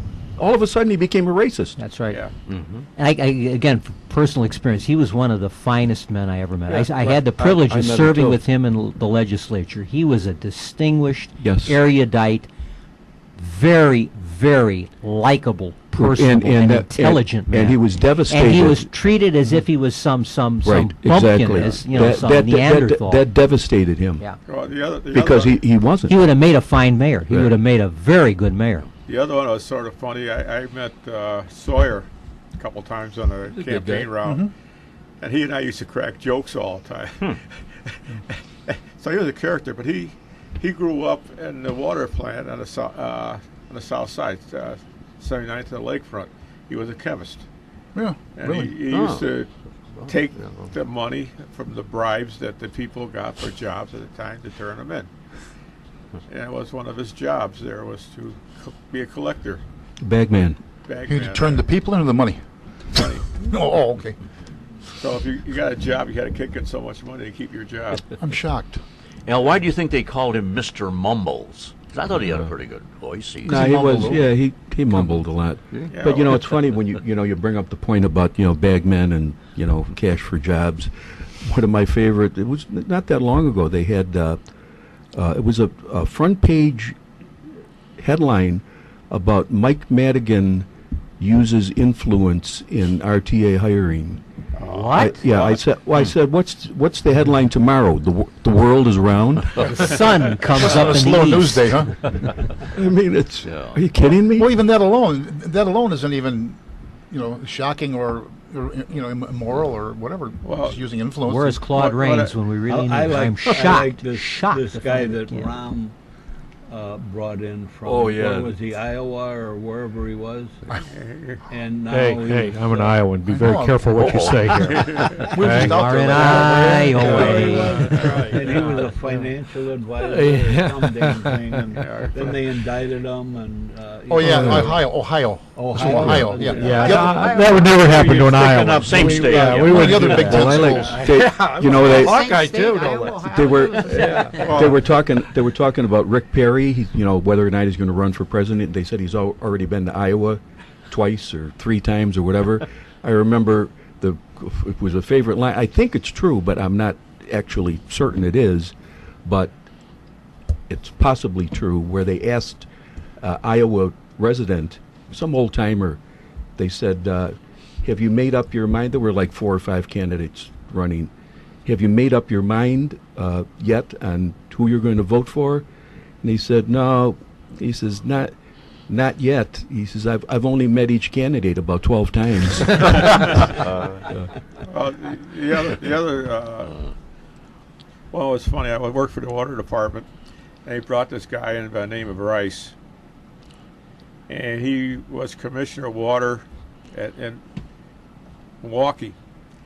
He was fired and put in jail for a while, so they hired him here as commissioner. Good thing on his resume. Yeah. And he got caught here, I guess, the money in the till, so he went to jail again. And apparently, when he got out of jail, he was guaranteed a job as a consultant when he got back to Chicago. That was under Ritchie the second. But Chicago, that's Chicago. the I other like one, it the way John Cass starts his program every day. but the other one was Thing about From the Untouchables. from the Untouchables. Yeah, that's the Chicago way. That's the Chicago. But the other one was political hirees. There was Strozier, Madigan, Mel, Burke, and a couple other people in between there had hirees at the water plant. But that's been dying out slowly because of the Shackman decree, and helped a lot.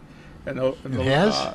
And the union did too, because before that they had their own set of rules that they could fire somebody under, and nobody knew what the rules were until you were fired. That's kind of like how Obamacare passed. We got to get this passed to find out what's in the bill. Remember? Yeah, That's well, what Pelosi he said? exempted That's what she said. Congress and, Yeah. and a lot of other people, but I understand he exempted some of the unions or something like that. I don't remember. But I always say it was so good. How come Congress isn't covered by it? Well, yeah, well, Nancy, you know, God, some of the statements that she made when she went down to the border recently, and she said, you know, she saw all the illegal kids, and she said, I just wish that I could take all of them home with me. I mean, is this woman completely insane or just partially insane? I hope or, she does. You know, Well, Rob will take care of it. He's taking them all. yeah, he said they're welcome in Chicago. Yeah, he has no money for anybody else, but he's got.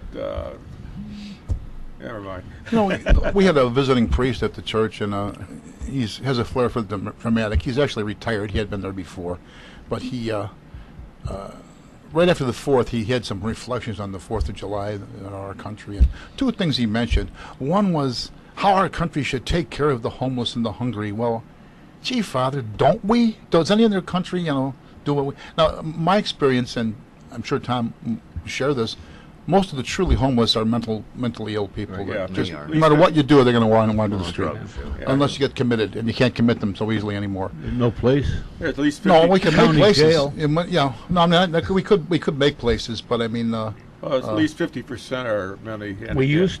We used to, and but take now it's so care hard of to them it's and hard to gutting holes. You don't remember shut Duncan? them all commit them. down.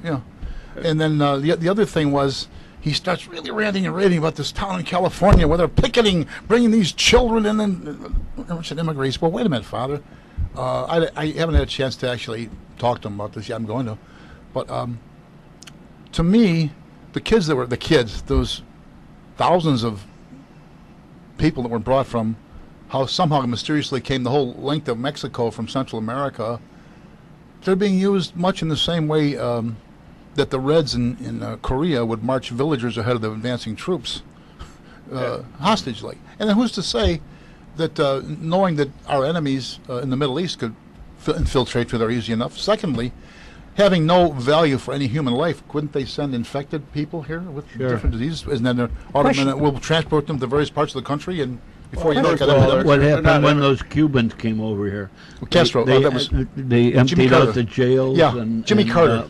Yeah, sent them up to the U.S. He thought he was going to get all political prisoners. They had every rapist, every murderer, every drug pusher. Tony Montana from Right. Exactly. Was that was part of he came from the Mariel boat lift, right? I mean, we know it's fictitious, but the crime in Miami went through the roof.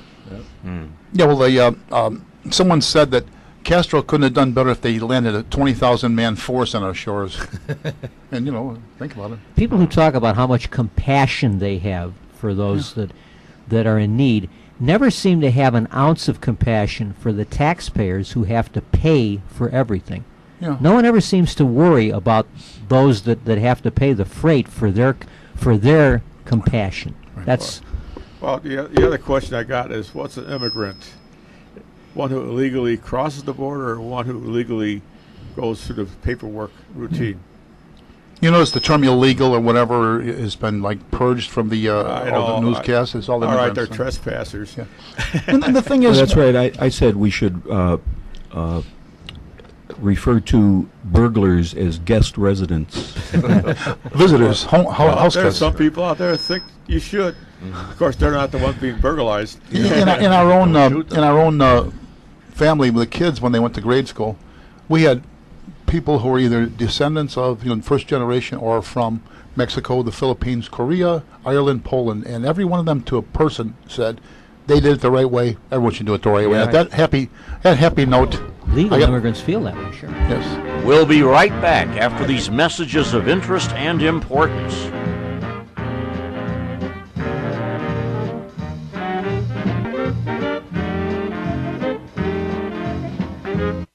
Friends, now that the warm weather is here, and now is the time to think about your roof, siding, and gutters on your home or place of business. We could get some heavy rainstorms in the next few months. So be sure the roof, siding, and gutters are in good shape. You don't want mold or mildew in your attic or crawl space, or drip, drip, drip on the ceilings in your rooms, or have your walls damaged by a leaky gutter or bad siding. So don't have double expense. Sooner or later you're going to have to get them repaired. So call Best Brothers Roofing, Siding, and Gutters at area code 630-616-1359. Mike Best will drive over in his shiny red truck with ladders on top and Best Brothers Roofing signs on the doors. Mike will look over your siding, roof, and gutters and give you an estimate and go from there. So once again, don't have double expense. Call Best Brothers Roofing for a free estimate at 630-616-1359. That's Best Brothers Roofing, Siding, and Gutters at area code 630-616-1359. Call today for a free estimate. The number once again is area code 630-616-1359.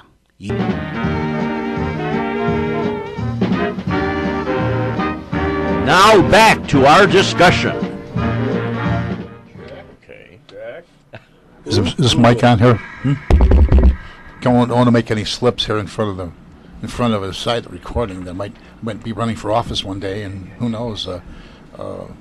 Office. What's his name will come along here, Axelrod, and find a copy of this tape and run it everywhere out of context. You never tell.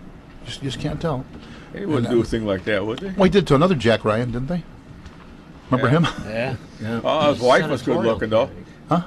His wife. Nobody wanted those open. I don't know what that had to do with the price of tea in China anyway. But nonetheless, we are back now. We're going to have to eventually get to that topic of architecture. Shall we go there now?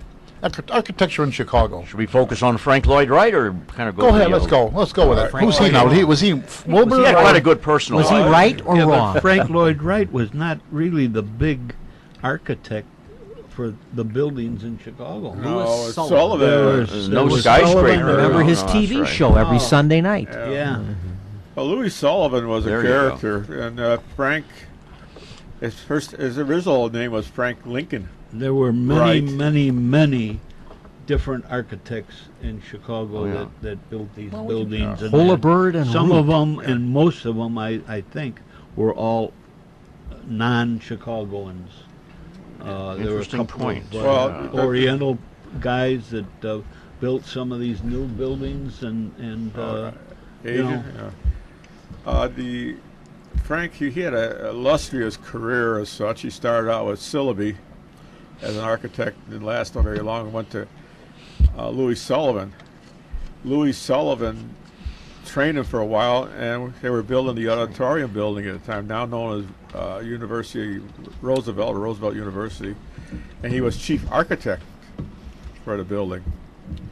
And it was a unique building in the fact that Sullivan and Adler were the chief architects, and Adler was known for being an acoustical genius, and he built the auditorium theater so that it was very acoustically great. He didn't need a microphone when he spoke up on the stage there. Everybody in the audience could hear you. The Chicago Symphony Orchestra started playing there, and I guess it was something to do with the size of the auditorium there that didn't agree with him. I guess it was too big or too small at the Too time. big. I think too big, and they went to a smaller. Yeah. Yeah, I went to, now they enlarged that building. Wrestling, they would fill it up, but not for the. I not mentioned the- that Channel 11 last night on the it was the architectural Walking boat- tour. Walking down tour of No, the- Yeah, I wanted- it wasn't a walking tour. It was river. a boat, the river. They had the river. walking. they had They several- ran the I walking. went- Yes, they do have a walking Yeah. tour too, but Yeah. but They have This was on the boat. several. you Yeah, know, they had in the afternoon. I was No. very surprised that Frank Lloyd Wright was not mentioned very much at all. No. Well, he didn't have I had any a build- place in Nothing really in Wisconsin, downtown Chicago. right next to his Yeah. Telizon, Yeah. Well, and, it- very few people don't even know about that anymore. Well, Frank Lloyd Wright didn't have very many buildings in downtown Chicago. No. Right. No, they were all okay. Oak Park and Yeah, his Prairie schools. Chicago Prairie School. He yeah. developed Prairie School about 10 years after he got into the practice. But He's not a But that sky- doesn't- He's not a skyscraper man. That's No. right, and Chicago said- is known for its skyscrapers. Right. Big buildings. But if you Sullivan walk- might be the greatest single name of the older Yeah, historic well, architecture. Yeah, Burnham, Daniel Burnham, and too. Sullivan had very similar personalities. They hated each other, but anyways, Were they married? no, they They didn't allow that. actually I shouldn't say they hated each other, but they had egos that would clash when they met. Egos. That's why I like the last one of these. But the He did before he died. Frank Lloyd Wright. I remember seeing this as a kid on television. It was a big news story in the mid. I was very young, in the mid '50s. He had designed a mile-high building. yeah. Yes. He had this vision of. He had Proposed, this like a needle. It looked like a needle arching to the sky. Sort of like the spire that Yeah, was the talked spire. about recently. Mile high building. Of course, nothing ever came of it, but it was I remember this was a big because he was Frank Lloyd Wright. The fact that he had proposed a mile high building was big news. Could Well, build there was it quite in a Denver? few. There was quite a few designs that he did How that about been were, one story, it would Trump? have been a mile How high. about our, that were never our new built, and Donald now Trump? some of them are being resurrected and they're being built. Frank had a little problem called he stretched the materials to the point of it would break, and consequently, a lot of the buildings or a lot of houses he built had a problem that they were like cantilevered out and they would sag because of the fact that he didn't. He had the strength of the materials at the time, but he forgot after a few years wood would have a tendency to relax, I guess the way of putting it. Then he must have been a lousy architect. Fair amount of leaking I would wood. think Yeah. he'd be a lousy. I Well, wouldn't hire him. his houses in general were built fairly cheap.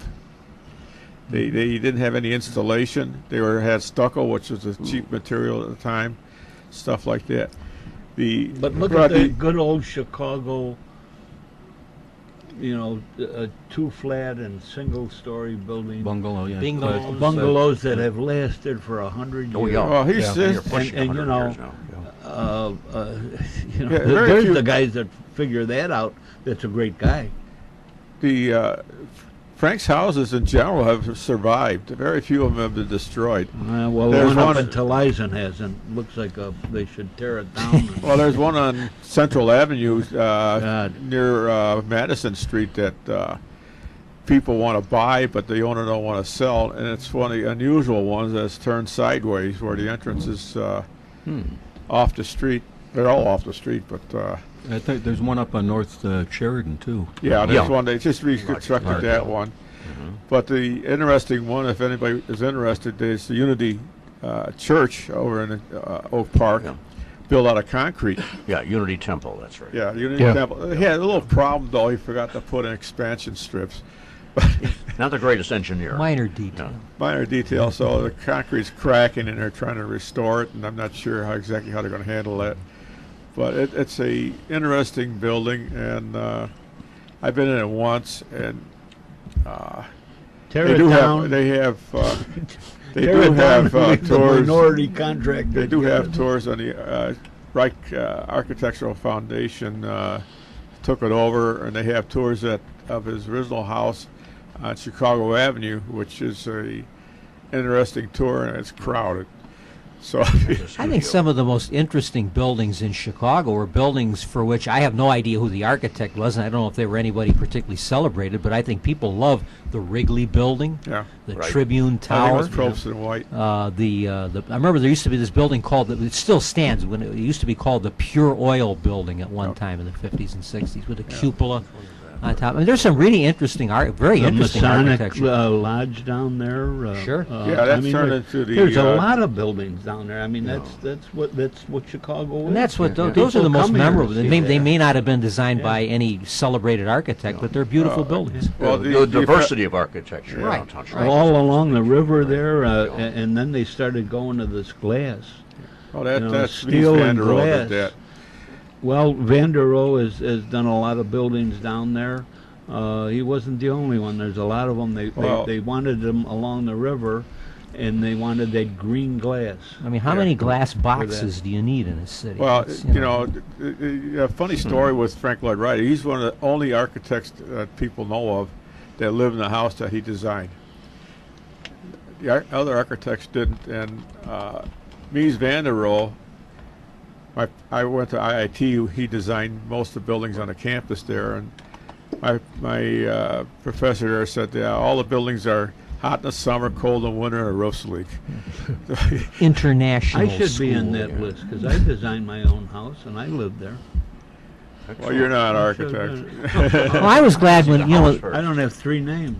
the trend in more recent years has been to go back to older styles of architecture, to the ornamentation and the Yep. kind of buildings they put up in these beautiful buildings they put up in the 1920s. Well, if and to anybody's get away from just the steel and glass For boxes. example, Marquette Building, what's the other one? The library, the new Chicago Yeah, Library. that's a But that was like Little controversial, 1890 something. Yeah. Grand Army of the Republic, it says on there. Yeah, that was a. No, I mean the new one though, the that Harold one. Washington Harold Library, where they, Washington. where they, Oh, that they Cultural revived Center. some No, of you're it. right. A little too heavy on the gargoyles. but Yeah, it's still an it's interesting building. overdone. Yeah, it is overdone. I'll grant that it's overdone. But at least it has the interesting style of architecture. of that There is time. a new house on Cumberland Avenue that uses a prairie style. That's quite interesting. It's about Grace Street area there somewhere, and if you go by there, it's a very interesting building, and it looks out of place because the fact is that most of the prairie style houses were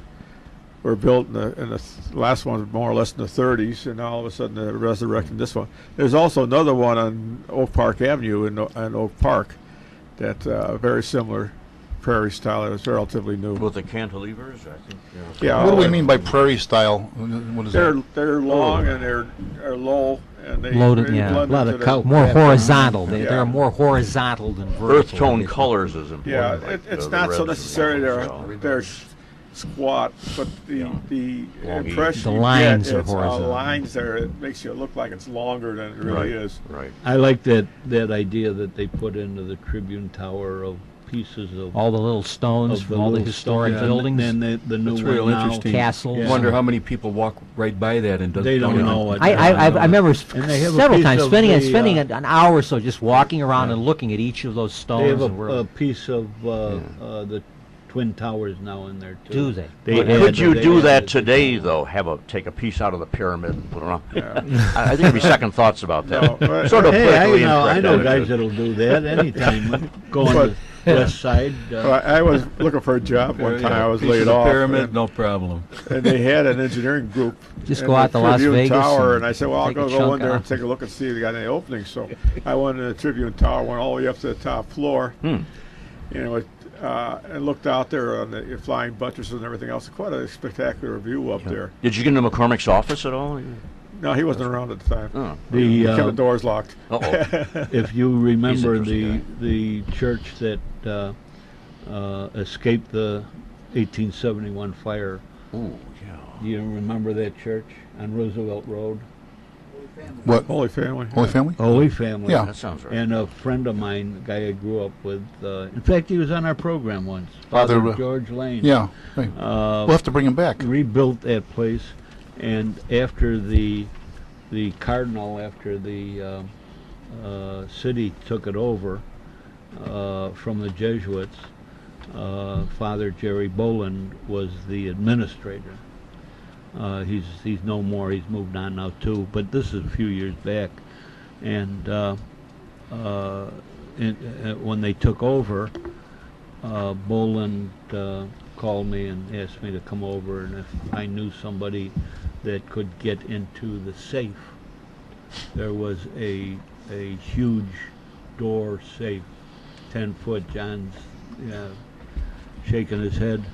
And I said, yeah, and I took a look at it, and I said, well, I'm no locksmith, but I get somebody to open Who'd you that. get? I Boston said- Blackie? I said, I know a Friend guy. of those He who knew have that I no knew a friend. guy. And they opened that up, and this acquaintance of mine, and they discovered treasures, absolute treasures in there. Like, for what? Oh, there was a handmade by the Franciscan nuns of the priest garments. There was what they call monstrances in there that were filled with jewels and diamonds, and there was paintings. So and, you had better luck than Geraldo did with Oh, absolutely, Al absolutely. Capone's And this has never been locked again. They put their own lock on it, so I don't have to get a guy from the street to come in. And you know, Joe Gentile donated heavily to Holy Family Church when that was being restored. When they were Yes. restoring it. So That's did right. my brother-in-law. Yes. And yeah. Holy Family Church all and- unknown. And then the one over on Lexington Avenue too, he donated. Lady of Pompeii. Our Lady of Yeah, Pompeii. yeah, he donated heavily Yeah, I to wonder those. why on Lady of Pompeii. I don't Could know. it be that he was Italian? I have no idea. I know they gave him an award there one year, the Bob Hope Award. Yeah, I was there for that. But this was one, and the architecture in these buildings is, whoever built that to begin Well- with was just unbelievable. Oh, there was- and we had a fire in there too. There was a a good fire in the basement. there was another place in Chicago that the fire missed, and that's right now is where the Newberry Library's at. Yeah. The house that was there, they went out there with rugs and all kinds of stuff, and put out the any sparks and everything else. So they saved the house, and I think it was Newberry that owned the house, and it was later donated. And they tore it down and put up the library. So it's another artifact that Nobody ever knew that this safe and these things were there for all these years. Since the fire probably. oh, there's a lot of that stuff And going on. and when we found out about this, I asked George.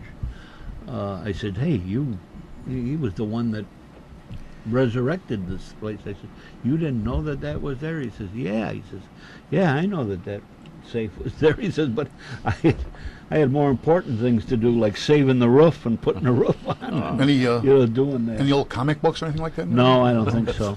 I don't think so. Maybe a few 8 pages. Well, you said before you referenced to different, what do you want to call them? Different utensils or like The monstrances. monstrance. If anyone doesn't know, that's what you. Oh, that's it's what they the are. I don't know. glass open front to display the consecrated host. The from Eucharist. benediction. Yeah, the Used Eucharist. during benediction. Benediction. Right. Holy hours benediction. Oh, and there were, cups and oh, God, all kinds of All stuff. kinds of gold. Okay.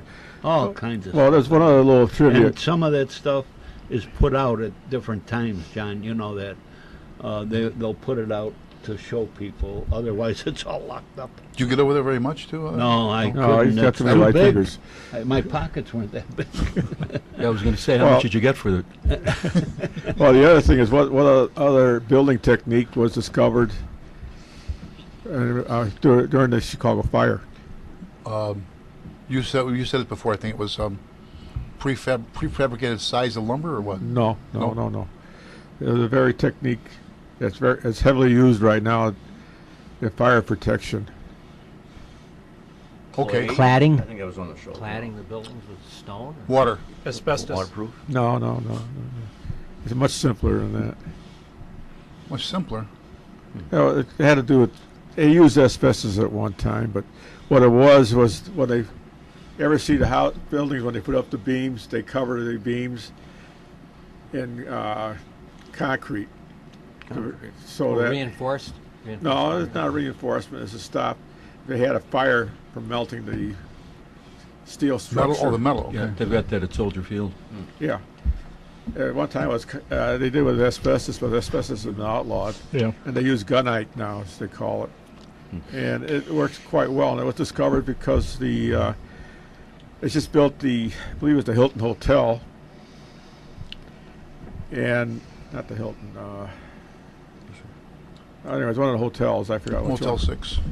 And they And just, we'll leave the light on for you. that was the second reiteration, Potter Palmer Hotel, that's what it was. Oh, the Palmer House? Palmer Palmer sure. House. Palmer Ah. House. And they just got through building the second one, and the fire started, and the architect took everything, all the drawings, everything, put it in the basement, covered it with clay, Right. and then after the fire went down there and found out it didn't affect the drawing, so they used that technique Hmm. Clay. Big clay. to protect iron structures and stuff like that. And the other thing was they outlawed cast iron for building structures, and so the only time you can use it now would be for decorative purposes.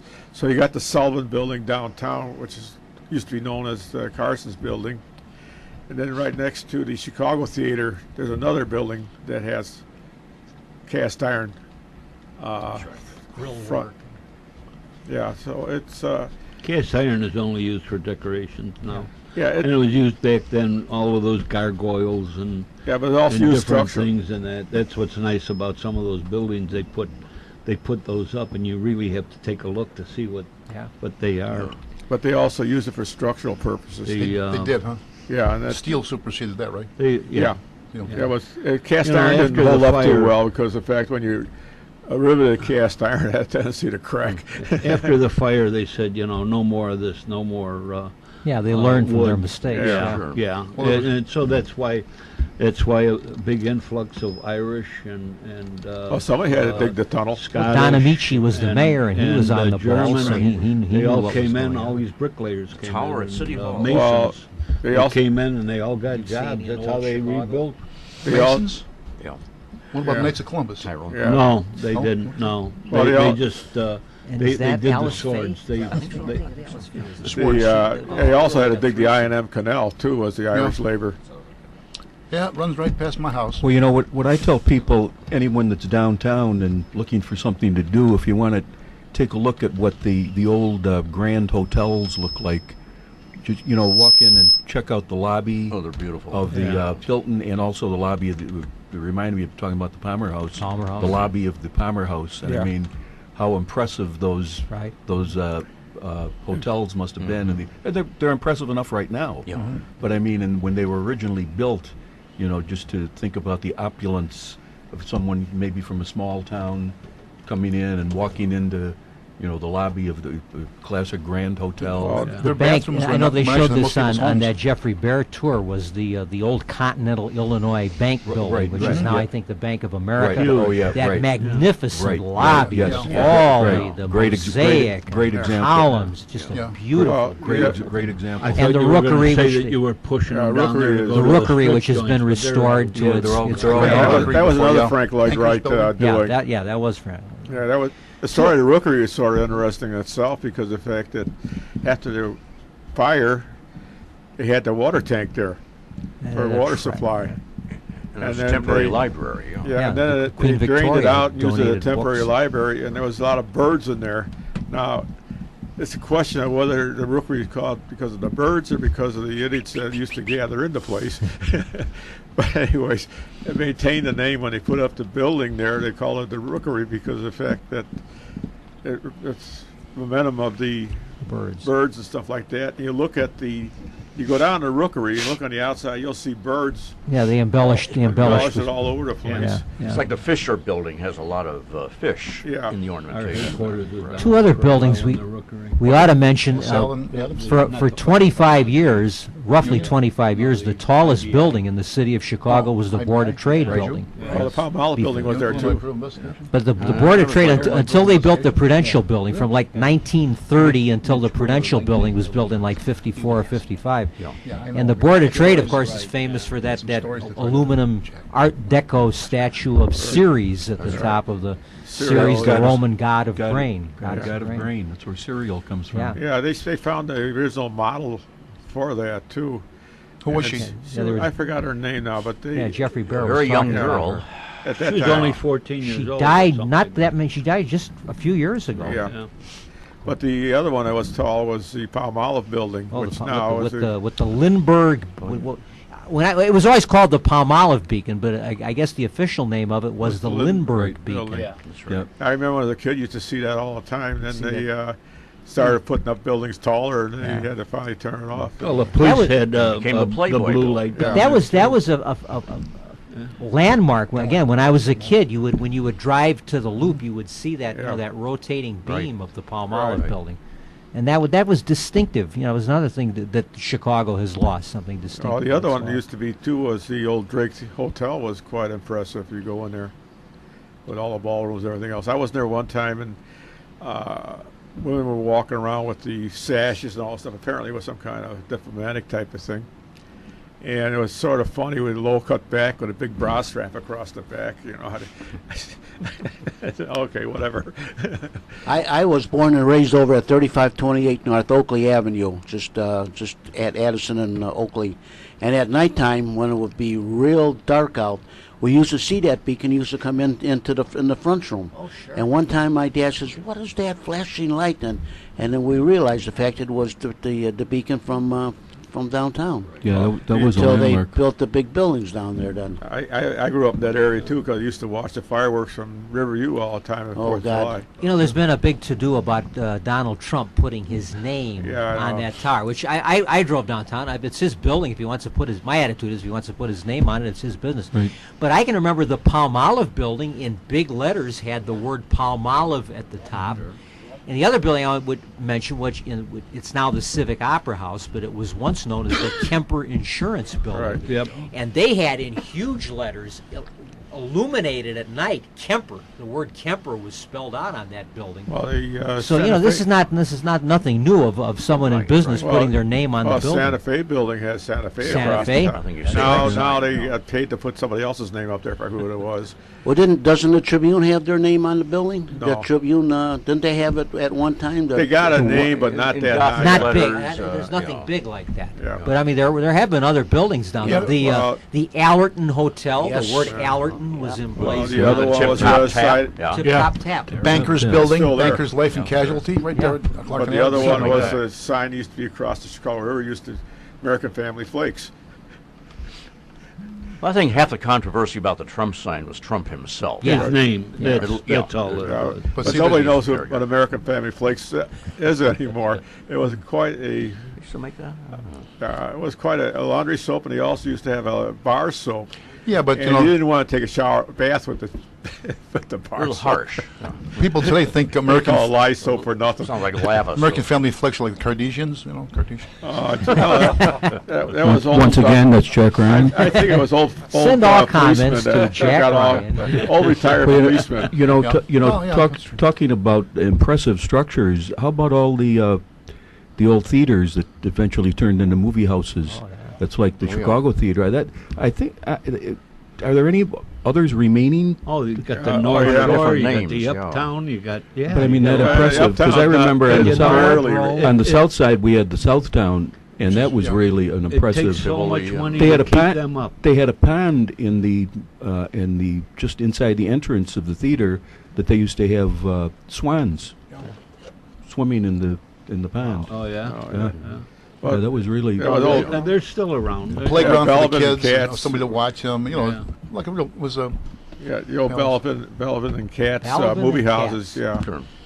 And it was were sort all of funny beautiful. about the story how beautiful. that started because at one time apparently you used to pay after you went out. Came out, you paid for the movie or something like Oh, that. is And Katz's mother said, "Oh, you should charge them to go into the movie house." And a good idea, so they charged them, and apparently That sounds bogus to me, doesn't it? I don't know. But anyways, Yeah, I that's never how heard they that made the money was in admissions. Right at Broadway. I think and what Lawrence happened was is the theater that they what's the name of this movie that the kid got lost in New York? Home Alone. Home Alone. Alone They two. did Home Alone and Home Alone 2 in that building, and I know because I worked for it. Yeah, Home Alone 2 And was the they had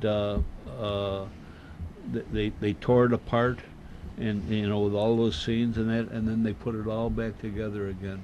And I can remember as a kid because I grew up at Thorndale and Broadway. Yeah. Wasn't going Bogus? there. Wasn't Bogus wasn't he the actor that was married to Lauren Bacall? Bogart. Oh, yeah. She just passed, by the way. Let's make note of that. She was married to Jason Yeah. Robards for a while. She was, Yeah. yeah. Jason Robards too. Yeah. Junior, not senior. But Yeah. There was one. The other one that's Yeah. torn down was United Arts Theater, which I think was the third or the fourth. Yeah. That had been the Apollo at one time because I worked there. Go ahead. Now we Now have- for a brief intermission. You've been listening to Meet the Chicago Historians, and we'll be right back.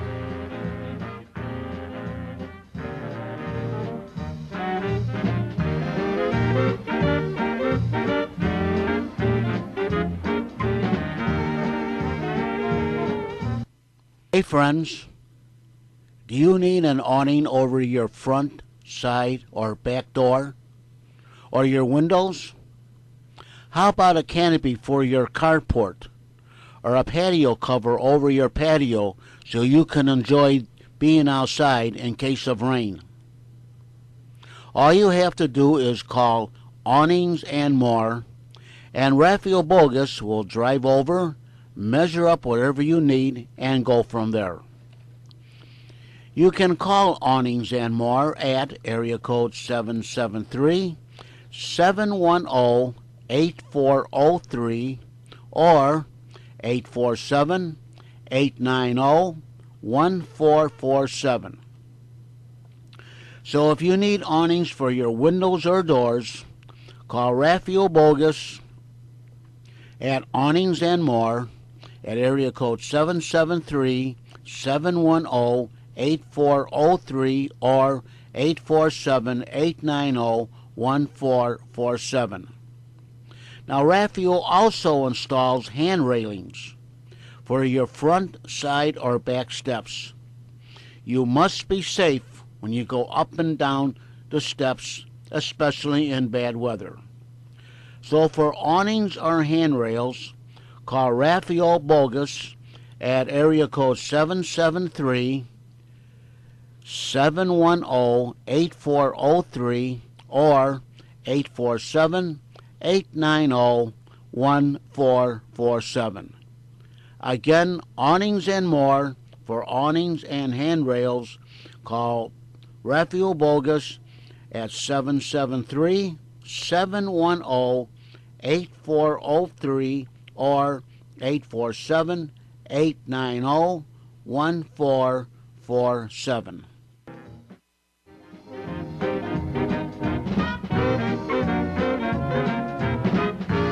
Now back to our show. Hey, Jack, where are you? Right here, where I'm supposed to be. Jack had to take an important phone call. It was from the President of the United States. I had to walk up He to the told- library. Right. He said, "Please stop talking about me." No. Unless you want a job. That's right. What kind of job are you going to point me to? What's always funny is Obama always relates back to Lincoln, which was the greatest. He what? A lot of stuff he relates back to Lincoln. How? You know, when he first come up there, how Lincoln formed his government or cabinet and all this other stuff. Well, he had Irish relations, too, in Ireland. So, That's right. you know. There's a Irish folk song out called "Nobody's More Irish Than Obama." I'm serious. You go on the YouTube and look it up. Yeah. It's some Oh, folk apostrophe some God. folk group. Did I jump on that But when I heard that? supposedly, on a serious note about what you just said about Obama comparing himself to Lincoln, seriously, the Emancipation Proclamation, Obama, if he doesn't do it, I'll be amazed.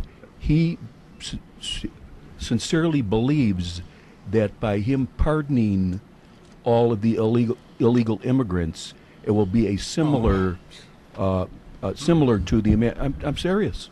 I forget where I heard that, but No. but Simulated, yeah. and I would Oh, a bet second mo- Emancipation Proclamation. I would Well, bet get I that. would Yeah, bet yeah. money that he's going to do it. He's going to Yeah. make a presidential whatever it is decree that if you're here, you're legal. Period. It'd have to be a decree because he doesn't care about that we have a Yeah, constitution. he does have a pen. But wait a minute Actually, now. He has a pen. And a phone. Now he can. That's how he he phoned can Jack. pardon them of the violation of the law, but I don't think he can extend citizenship, could he? That I way? don't know. Isn't Can you that's imagine, can you wouldn't that be imagine how separate? the media would have reacted if Richard Nixon had said, Congress is not doing what I want, but I have a pen and I have a phone and I can Yeah. do it by Oh. executive order? Somehow I don't think the media would have oohed and awed and said what a wonderful They thing hated this him was. anyway, so that wouldn't take much more. That was probably one of the reasons why he got out of office.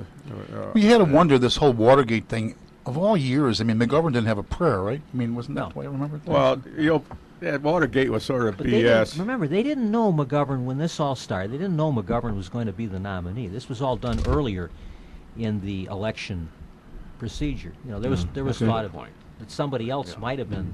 We look back in retrospect. Oh, McGovern was a pushover. Yeah, that's true. When They what didn't dates know did he this was happen? going to be the nominee. There were other candidates that were thought to be more formidable. Could have than Jimmy McGovern. Carter. Could have had. And Nixon was working on a very close election of '68, so that was his mindset. Yeah, he won. Although he won. They always talk about it. He won by 500,000 votes in '68, which is 5 times more than John Kennedy received in the Yeah. 1960 election. Yeah, So not like- he won by a much heftier margin. It's than not he- the number of votes; it's where you get them. Like you know. And some people say, electoral that if process. only real live living people had been counted in 1960, the result might conceivably. That's just like it was the Well, that 2004. was I think I said it before, but it's a good one. Alderman Burke tells a story that one of his constituents, a woman in her 80s, she moved to Indiana, and when he saw her, she asked him, "Please, when I die, bury me in Chicago because I want to stay active in politics." Politics, yeah. That's a good line. Yeah. Well, the other one that Ed sort said that? well, Truman also had a lot of humor about his upcoming death, and he said he buried in the Truman Library grounds, facing the library. Yeah. In case seen his- he said, in case he wanted to get up to go to work. Early morning walks. Yeah, he only lived a few blocks away from the library as such, and he never owned a house. That was his mother-in-law's house. It was his mother-in-law's house. They had 13 doors. I love the story that I did my MacArthur impression earlier, but the story is true story. When MacArthur, when Harry Truman was showing the former president of the Philippines around his museum, the former president had come for a tour of the United States. And they came to a section about World War II, and there was a picture of MacArthur, and Truman he said, well, I think you know who this bird is. That's God Almighty. Oh, yeah. And the former president of the Philippines said, Mr. President, in my country, that's who the people think he really is. Yeah. The thing He was a terrific actor. He That's what always the showed Eisenhower said about a him, yeah. photograph of him coming ashore and all this stuff. I think he took, what, half a dozen retakes before he got the way he liked it. Well, that wasn't uncommon for them to do that. You know, to take different shots. How The, many times did they take the raising of the flag. Exactly, Was, yeah. That was also Sort of several botchy, yeah. times. Yeah. He says, I have returned. Yeah, he was a romantic actor. Well, you He got to would be remember, good in the show business. if you're playing for the camera and for the yeah. powerful medium of film, you want to get it right. That's what it's all about. I guess. There was a program PBS had on, I don't know, 5-6 years ago about the cameramen of World War II. How many of these people were assigned out to take what's going on? A couple of reasons. They wanted to document it. It also kind of instilled a little more bravery in people if you're being filmed and what you're doing. Russ Meyer was one of them. You know, Vixen and all those other classics. The, the other thing was with the Now G-rated. That's interesting. raising the flag at Iwo Jima. That was the second flag. There was actually a initial flag that was raised before that. But it was more. It was a more dramatic picture. It Yeah. was a more, That it was- It wasn't staged. It isn't like they said, "Well, let's do it again for the cameras." It was done legitimately. But it's just that the picture that Rosenthal snapped of it was a much much more dramatic photo than the one they have of the first raising. Yeah. Right, it's the impression you want to make. It's like when Clinton was president, he saw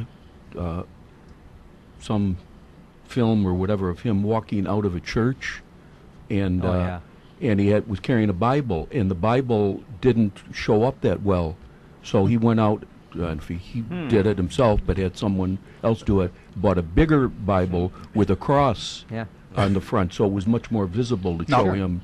Knowing Bill Clinton, it was probably a Gideon Bible, right? Well, the other thing was too with That's been called. No. I think that's by the way, that's been called the most famous photo of the 20th century. What's that? The raising of the flag Yeah. at Iwo Jima. Yeah. It's probably it's considered to be Oh, another the one, the singular sailor photo of kissing the lady in Times Square. Oh yeah, Yeah. yeah. Didn't else? she just die, or was it him? Well, there was a controversy for years as to who the sailor was and who the girl was. It wasn't either his one of sister, them I'll just tell you that right died, now. Yeah. It wasn't. Yeah. It wasn't his sister. Good No, for him. no. Good for But him. anyway, the other thing that came up was the fact that Obama, again going back to him, he's always got these people in the audience. That was started by Reagan. Oh yeah, having someone in the audience to Yeah. Well, of acknowledge, course. Yeah. No, Ed Sullivan started that one. Right here in our right here in our audience, we have that famous Chicago radio host, Jack Ryan. Let's really hear it for him, ladies. You know, they started that too. He had Clyde Beatty on as a guest with his lion act, and Clyde Beatty, the circus man, been gone for years now. Look him up in the book, kids. Anyway, and to get him on the stage, they had to kind of compact the whole set of cages they had in, plus tunnels. So he was having trouble getting them back. So Ed went out to the audience and started interviewing who was there. So that's what started that with. Well, That was the origin of the- Ed Sullivan was like the Joe Biden of entertainment. I mean, with I remember Tom Jones was on, and after he got through singing, he walked over, and that was the thing. Nobody knew what he was going to say, what Sullivan was going to say. So he said to Tom Jones, he said, "Yeah, great job. Your father is a good friend of mine. Your father is really a good friend of mine. Is he still alive?" He actually said that. He said to was it Jack Jones too, wasn't it? Wait, that might have been. Yeah, he says something like they have the run through Saturday, the whole show, but they didn't go out. Well, I don't think they videotaped yet. Then maybe they did, but it didn't go out. So it was Jack Jones is singing, and he says to him something about wasn't Ellen Jones your father? Oh yeah, And, right, and, something and he like says he still is. That's good. We'll do it tomorrow night. So the actual out on the when he sings on Going Out Live, when Jack Jones came over, Sullivan said to him, "Is Ellen Jones still your father?" Someone said about Ed Sullivan, they says, Ed Sullivan will stay on TV so long as other people have talent. Yeah. Right. Well, it was true of a lot of people like that. These MC people, Well, the other thing was he had an extraordinary amount of power in Hollywood. Yeah. If you Because he had been a columnist. People don't realize Right. he had been a Like a powerful couple- or Toast of the Town was the name of the show, as back it was when column. Broadway, you know, big city Yeah. columnists were really powerful. if you crossed Sullivan, you lost your job basically. Yeah, well, look at And, who was the Jewish comedian that Jackie Green? Mason, I think. Jackie Mason. Jackie Mason. Jackie Mason, yeah, He- okay. they said that he Hey, gave him the he finger, didn't. but he just like went like this. He said, I got one more Whatever. minute, or Yeah. said, I got one Yeah. more, Ed, and they thought he flipped him off. Yeah, That's what they call so, it yeah, today. he right? was- Yeah, that was something So- about some kind of national emergency or something like that. Was, and Sullivan wanted to come off the air or something. I don't remember exactly what it was. He But, got started with that with like some kind of a local press Christmas party talent show or something like that. And the fact that he was unprofessional was like to his benefit there. He I just think so. Yeah. come Well, up. the other People wanna see one what that's he sort did. of interesting was Cupsinet. Ah, He was a character, but he was basically local. long-running talk show. Yeah, like and Saturday. he had the Yeah, with very short arms to get into his pocket. He and talked all that. of television. That's why I Yeah, well, Cup that's another show problem. dedicated to the lively art. That of started out as at random conversation. originally. Remember? Well, he also Started started. out as random. You know who you get on that YouTube is Johnny Carson's. Yeah, He's constantly on there. I mean, he was. he copied, You know, with the copied other Jack people. Benny though. For those in the Very audience much who don't remember this, At Random, which is the show that Irv Kupcinet began, was a program that would come on Saturday night at about midnight or maybe 12:15. Yeah. And it would go on Channel until 2. they ran out of things to talk 3, about. 4 in the morning. It would go till 2, and it had no set time limit. Yeah. So it could end at 2:30, at 2:45, at 4:15, whenever. And Cup would have 4 or 5 guests, and they would just talk. Yeah. And it was just of indeterminate length. Finally when he decided to leave, I don't know what the circumstances were. This was on CBS. He took the show, I believe, to ABC, to the Channel 7, the local outlet, and it became Cup's show. And then it was like a 2-hour show at that point. They didn't have this. I think Well, it he was also Channel started 5. Purple but, Heart Cruises. Could have gone to 5. I'm not sure. I think over the years it was on all 3 stations. At random continued with John Madigan, remember? The host? John Madigan. He was the host of At Random after Cupson Yeah, left. so they had both of You them know, running. the other thing that Cupsinet started was the Purple Heart Cruises. Yes. I don't know if they still continue or not. I haven't heard anything. I don't know if they think do so. that anymore. I think that was a Cupson thing, and I think when he died, that Yeah, was that the was end the of end it. of Do you know that Cupson had 1 year in the NFL? He was a quarterback originally at Northwestern, and he got into some kind of a physical altercation with someone. He went to, I think it was North Dakota or somewhere and played. That's No, right, seriously. Jack. Yeah, right, Jack. I had a communications course at DePaul, and they wanted us to do a video. And video was very new at that time, but they had a videotape machine. So our project was we did a parody of Cup's show. And I was Cupson with the cigar, and I came on, good evening and welcome to Cup's show, dedicated to the lively art of drinking coffee. 'Cause that's all they would do. They'd And be not paying the constantly bill. drinking coffee on this TV show. And the logo was a coffee cup with Yeah. Cup's show printed on. And he always had a really interesting mix of guests. Oh, yes. like Mamie Van Doren, maybe with a cardinal, something like that. That's Yeah, Salvador Dali and Rip Taylor. You know. yeah.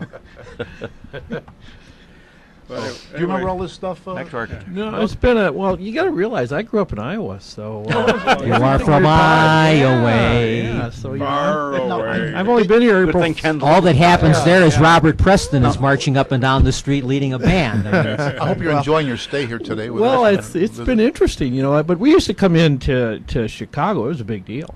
My dad was a Cub fan, so we'd leave about 2:00 in the morning to come in and watch the Cubs take batting practice. You drove on a 2-lane road. Is this heaven? Well, we went through Dubuque actually. it's Iowa. Yeah, it's Iowa. We were out there. I told you two weekends ago now. We went when my wife and I just put together out of town. She wanted to. We stopped in Grant's home in what town is that? Galena. Oh, yeah, I couldn't think of Galena. And we also went to Dyersville. We know it's there, right? Yes, it's there. The Field of Dreams is there. Right. Is it still there? Yes. Is it? Oh, yeah. You have to pay to get Kevin in? Costner was there a little while No, ago. there's wasn't no he? pay to get in. It's open to You got to pay to tourists, get yeah. out, but It's a big tourist attraction. it's surprised. Well, if you can find it, it's so hard to find. Is But this heaven? No. Yeah. But, When you drove through Dubuque, did you stop and watch the hot dogs plump? Someone was talking about things to do in Iowa. I had some friends from Mechanicsville, Iowa. I know where that is. Yeah, and so they always took a lot of abuse and things to do in Iowa. Stop in Dubuque and watch the hot dogs plump. My, There was a Dubuque Pack was there, so there's a big butcher's. They Right. were butchering a Yeah. lot of Yeah. hogs there. we so- still have them, don't we? Yeah. Dubuque hot dogs. Well, actually, I think they're owned by BP. They're owned by a big multinational. They still got the name though, right? Yeah, they They do. always You keep still have the those names. brand. Yeah, Right. yeah. But I suppose Macy's would get rid of the name. well, yeah. So what town or city are you actually from? In Well, Iowa? my family, my grandfather, was a German immigrant, and he came to this country after World War One. Two of mine were Were they? before World War One. They came. Yeah, and, Rich farmland out there. well, yeah, it not when he was there, but he moved into a town called Kyoto, and then I have my other grandfather's an Irish immigrant, and he came into the southwest or northwestern part of the state. So coming to Chicago is a big deal. I mean, I've been here since April Fool's Day of 1985. I moved to Chicago, and I've seen a lot of changes in this. Chicago. Right. Chicago. Is that an Iowa accent coming through? It's a non-Chicago accent. It's a beautiful place. We get just screwed up politics, though, don't we? I mean, it's like My friends just always ask me when I go back, because I go back to hunt, and they go, "What's with your governors? What's with those guys?" You know? There's two. It's all We have a two-term. The current Bruce Rauner said we have a two-term limitation. One term as governor and one term in the penitentiary. At least that. There's two convicts are walking they're getting in the line, cafeteria line in lunchtime, and things are slow. And one guy says, "Boy, things are sure slow. This is terrible. It's just terrible service. It was much better when you were governor." So anyway, but I was some friends of mine from college. We went to Iowa some years ago to visit the Herbert Hoover home, The library, museum, Hubert Heber. and the Amana colonies. Yes. Oh yeah. And we were going to meet the in-laws. One of my friends, his wife is from Iowa. She's from Iowa, and her mom and dad lived in Iowa at the Right. time. And we were meeting them for lunch in one of the main towns. Well, there. there is no lunch in Iowa. The main meal in Iowa at lunchtime is dinner. That's dinner. Yes, Okay. yes, Oh, yes. So yes. in farm country. That Yeah, would, right. That's the dinner. biggest Supper. meal- biggest in meal of the the day. evening you have Not just supper. Sunday, but every day No, of the no. week. And church is an hour and 20 minutes We were long. all coming in separate cars, and my friend of mine was driving with me. We were just a bit late, and her father says, "Gee," he says, "Johnny's, what took you so long?" It was as if he was straight man, as if we had set up. I says, "I thought I'd been here sooner," but I said, when we got to town, there was this guy in a big fancy red uniform leading a parade down the street, with trombones and everything. We couldn't make it. He got the joke. His wife did not see the humor of it. Well, She did not You know, appreciate the humor of it. when you've been the dog mat when you've been the punching bag for a lot of rural jokes, you get a little sensitive to it. But Well, we should know about that here. Well, plus, if you're from Iowa, you know what Maid-Rite is. we do, yes, yeah, What is it? A absolutely. Maid-Rite. What? You don't know what a Maid-Rite is? You don't know where the garden is? Yeah, That's the same. If you're from Iowa, it's the same thing as it's knowing where the Iowa's garden. version of the garden. It's a hamburger that's What is it? It's loose. It's a It's a Maid-Rite. loose meat hamburger. Maid-Rite. It's like a What is it barbecue called? sandwich. Maid-Rite? Like the Yeah. best way, like Chicago, almost like a sloppy Joe Okay. without Yeah, the sauce. yeah. That's That's a called good analogy. made right. A Maid-Rite. Were you They say you anywhere near learn something Ames? every day. No, Oh, I right. was I went to Assumption, or I grew up in Davenport. Oh, okay. But Well, the other one is the export from Iowa to Chicago. The two sisters, Dear Abby. Oh, Abigail Van Buren and Land. Abigail Van Buren and Ann Landers. are they both from Iowa? Yeah, I did not know. Sioux City. Really? Really? I think you're right. Yeah. I wanted to go to Ames Letterer, for her real vet name I school think was so bad. Epi Letterer. Get into Something like medical that, yeah. school easier than vet school. Yeah, Yeah. yeah. 'Cause dear Ab- and I was a out of towner. What a racket. That's the reason that I couldn't go. And I heard it was because you had a really bad attitude. and that. Okay. And that too. Right. But the vet I worked for and his whole family, they all went to Ames and they loved it there. I want Well, to say there's only 13 vet schools in the country. I mean, it sounds like there's twice as many medical schools as there That's are vet right. schools. Well, it's That's quite right. hard to get Well, I into told that you- school too. Yeah. I told you about the guy in college. His major was veterinary science, and his minor was taxidermy. So either way, you're getting your dog back. But they say That was not John Ryan. I was just about to say No, that. that was Tom McKenna. we gonna use that regret to inform you that it's not part of the. Never mind.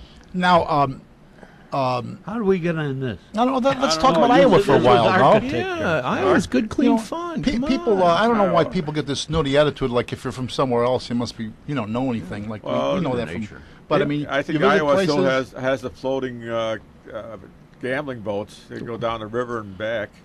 Where up here in Chicago, they all are tied down to. It's the silliest Anchor. thing. Oh, we got a boat. Yeah, I think the first gambling casino outside of the first floating gambling casino was in Davenport like Right. 15, Yeah. 20 years ago. Yeah, It was. Yeah. Yeah. And I don't know that that's been real I don't know that that's been this overwhelming success. You for- know, there's a couple of them around here in Illinois that are going to shut down. yeah. Yeah, This they're, business- they're not doing good. The New Atlantic, Rivers one Atlantic seems to be City's doing having well. a hard It time. is- Atlantic City's I've shutting been there down once. 3 I or just be 4. careful. Yeah. Gambling reaches a point of diminishing returns. I Right. mean, when Las Vegas was the only place, Yeah. it got all. But now there's gambling everywhere. Vegas now, I think, is probably But it's the economy too, entertainment John. that Right. has Well, kept that's Vegas like Branson, going. with Missouri, Entertainment, is also restaurants. The, Yeah. big entertainment draw. Yeah. Now, It's It used the to be economy. the boardwalk. on the Atlantic East City's Coast. not doing Yeah, what well. happened No. to Atlantic City? Well, it got Yeah. washed Yeah. away. We had we had TV and at Maywood the other day, and they did an article on how horse racing in Illinois is going down the tube. Well, that's because they have Absolutely going down the tube. off the track betting. A lot going of lot of different reasons. And they A lot of less different disposable reasons. economy, less disposable income. Well, Yeah. the other thing is that the gambling casinos are drawing money away from the horse. Yeah, horse racing was once the only legal gambling there was in the state. The only way Bingo. you could, Yeah, that's the reason why they're looking for for high rollers. Yeah, but that was because now they want to get slot machines, stuff like that, to bring in the people. And I don't know if they want anything else there or not. If they want tables. They or, want machines. They want slots there, and these goofs in Springfield just will not give it. What about this legal gaming that's okay in suburban Cook County, but not in the city? They got these electronic machines now or whatever. Well, part of the problem you ran into was with the state constitution was a lot of things that were legal downstate were not legal in Chicago. Oh, the old of cities of over 500,000. Yeah. Used to say, Yeah. you know. Well, That's that the was key phrase Yeah, in the right. state yeah, statute. and I think Richie Daley was part of the problem that went down there for the Constitutional Convention. I'm not sure he was the only one, but the old man was very paternalistic, and he wanted to control the city, and he didn't like cable TV. Right. He didn't like this. He didn't like the movies. Didn't like What you movies call filming here? paternalistic? I got another name for it. Well, whatever. We'll talk about that off air. I'll be on our podcast extension here. But the fact is that the old man wanted to control the city, and by and large, he did a pretty He good job. did, and he did control the Yeah. city. But the problem was that he finally died. And, like the old saying goes, people leave office by desire or by design, and design I was was design. working the day that he died, Me too. and I was walking up the stairs to the second floor to my room, and it came over, well, I had 23 to 25 guys there, every one of them cheering Yeah. and clapping and talking. And Were you working that day? Yeah. Yeah, me too. Oh yeah. The 76? On Christmas time. Didn't Yeah. would not give us a written contract. Everything was Well, that was not the, everything was just clout. well, the other thing, Absolutely clout with them. the funny story And goes it's not with, only us; it was the rest of the city. Oh, too. about no doubt well, about it. that was a secret quote I was telling you about when I worked for the city. But the other thing that was going on when I started with the city was payday, and it was election day. And they said the checks would be late because everybody's out there at the polling place Working working. the polls. That was when There's the I think it was the Sun Times had a article here about a month ago, and it was why these people don't use the do not hire list, and they had, I don't know, maybe 20 or whatever it was, 15 names on that, and they said that there are many more. So I got on the fancy machine and looked up. There's 492. A lot of coppers. Am I in there? One of them was a guy that you know very well. Was chief of patrol, and he's on there. Do not hire, because he was fired from the Department of Aviation. Oh, I know who you mean. Yeah, Yeah. and a lot of names that you just, you will recognize, and it's all done just politically. Yeah. Don't It hire sounds- this guy anymore. It sounds like a role of dishonor, but it's probably a badge of honor not to be on there, right? Depends on You're how talking you about Mauer, look aren't at you? it. Yeah. Jimmy Mauer? Yeah. Yeah. Yeah. Well, the other thing that was sort of funny, when I worked for the city, one of the guys there, he was one of Madigan's boys, and apparently the chief filtration engineer, which is the plant manager, as such. Something happened, and the next thing he comes in, he's cussing and cursing and everything else. Calls up Madigan office and says, "I want to get out of here. Put me over at O'Hare Field." Next day, he was gone. Well, you say that was kind of funny. No, it ain't funny. No. No, it's not funny. It's You know, sarcastically funny. I'll Not put it when that- not when you screw around with a guy's family and a pension and Yeah. so Well, forth. I and that- realize it's that, not no. funny at all. Yeah. For every But clown they like think that, that it is. They No, think no. seriously that that's funny. for every clown like that, somebody's got to do the dirty work somewhere. Or Yep. Yep. But, Yeah. in general, a political system. That's the reason that the Chicago firemen went on strike. That's one of the obvious Well, reasons. the other thing and that got all the rest of the employees in the whole state of Illinois collective bargaining. A lot of people don't realize that, but that's... Well, this brings what us it down. You got the last word, Bill. Goodbye. Well, that's not the absolute last word. But I want to thank everyone for being here today. Bill Kugelman, General Douglas MacArthur, a.k.a. John Kosciolko, Rich Lang, our announcer, and our representative from academia. And that's not a foreign country. And to my right, Tom McKenna, lifelong friend. Al Opitz, lifelong chemist. And our special guest, Doug Allen. You going to come Thank back you. sometime? Love to. We'll Love talk to? about the new thing in the city where not the parochial but the private schools are getting docked on the entrance exam for Yeah, okay. yeah So one more time, charter schools. Yeah. as the sun sets in the west and I set in the east, I want to say, remember, history is much more than a book you keep on the shelf. We wish to thank Kevin of Jack FM, WRHS 89.7 FM, for broadcasting our shows over the Ridgewood High School Radio Network. Recordings of previous Meet the Chicago Historians programs are available for your listening via the internet or www.windycityhometown.com. On behalf of everyone associated with our Historians program, we thank you for listening. This is your announcer, Rich Lang. So long until next time.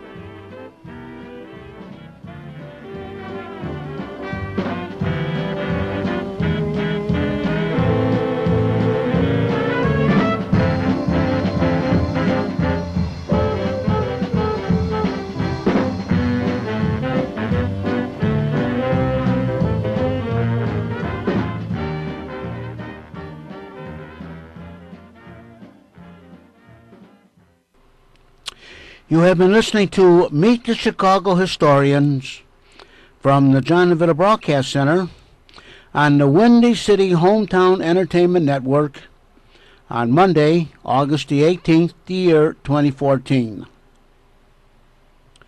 This broadcast was produced by Jack Ryan, directed by John DeVita, edited by Stephen Lehman, And our audio engineer is James Rohde. And the executive producer of Windy City Hometown Entertainment Network is Mr. John Shikanda. Until next time, be safe, and thanks for listening.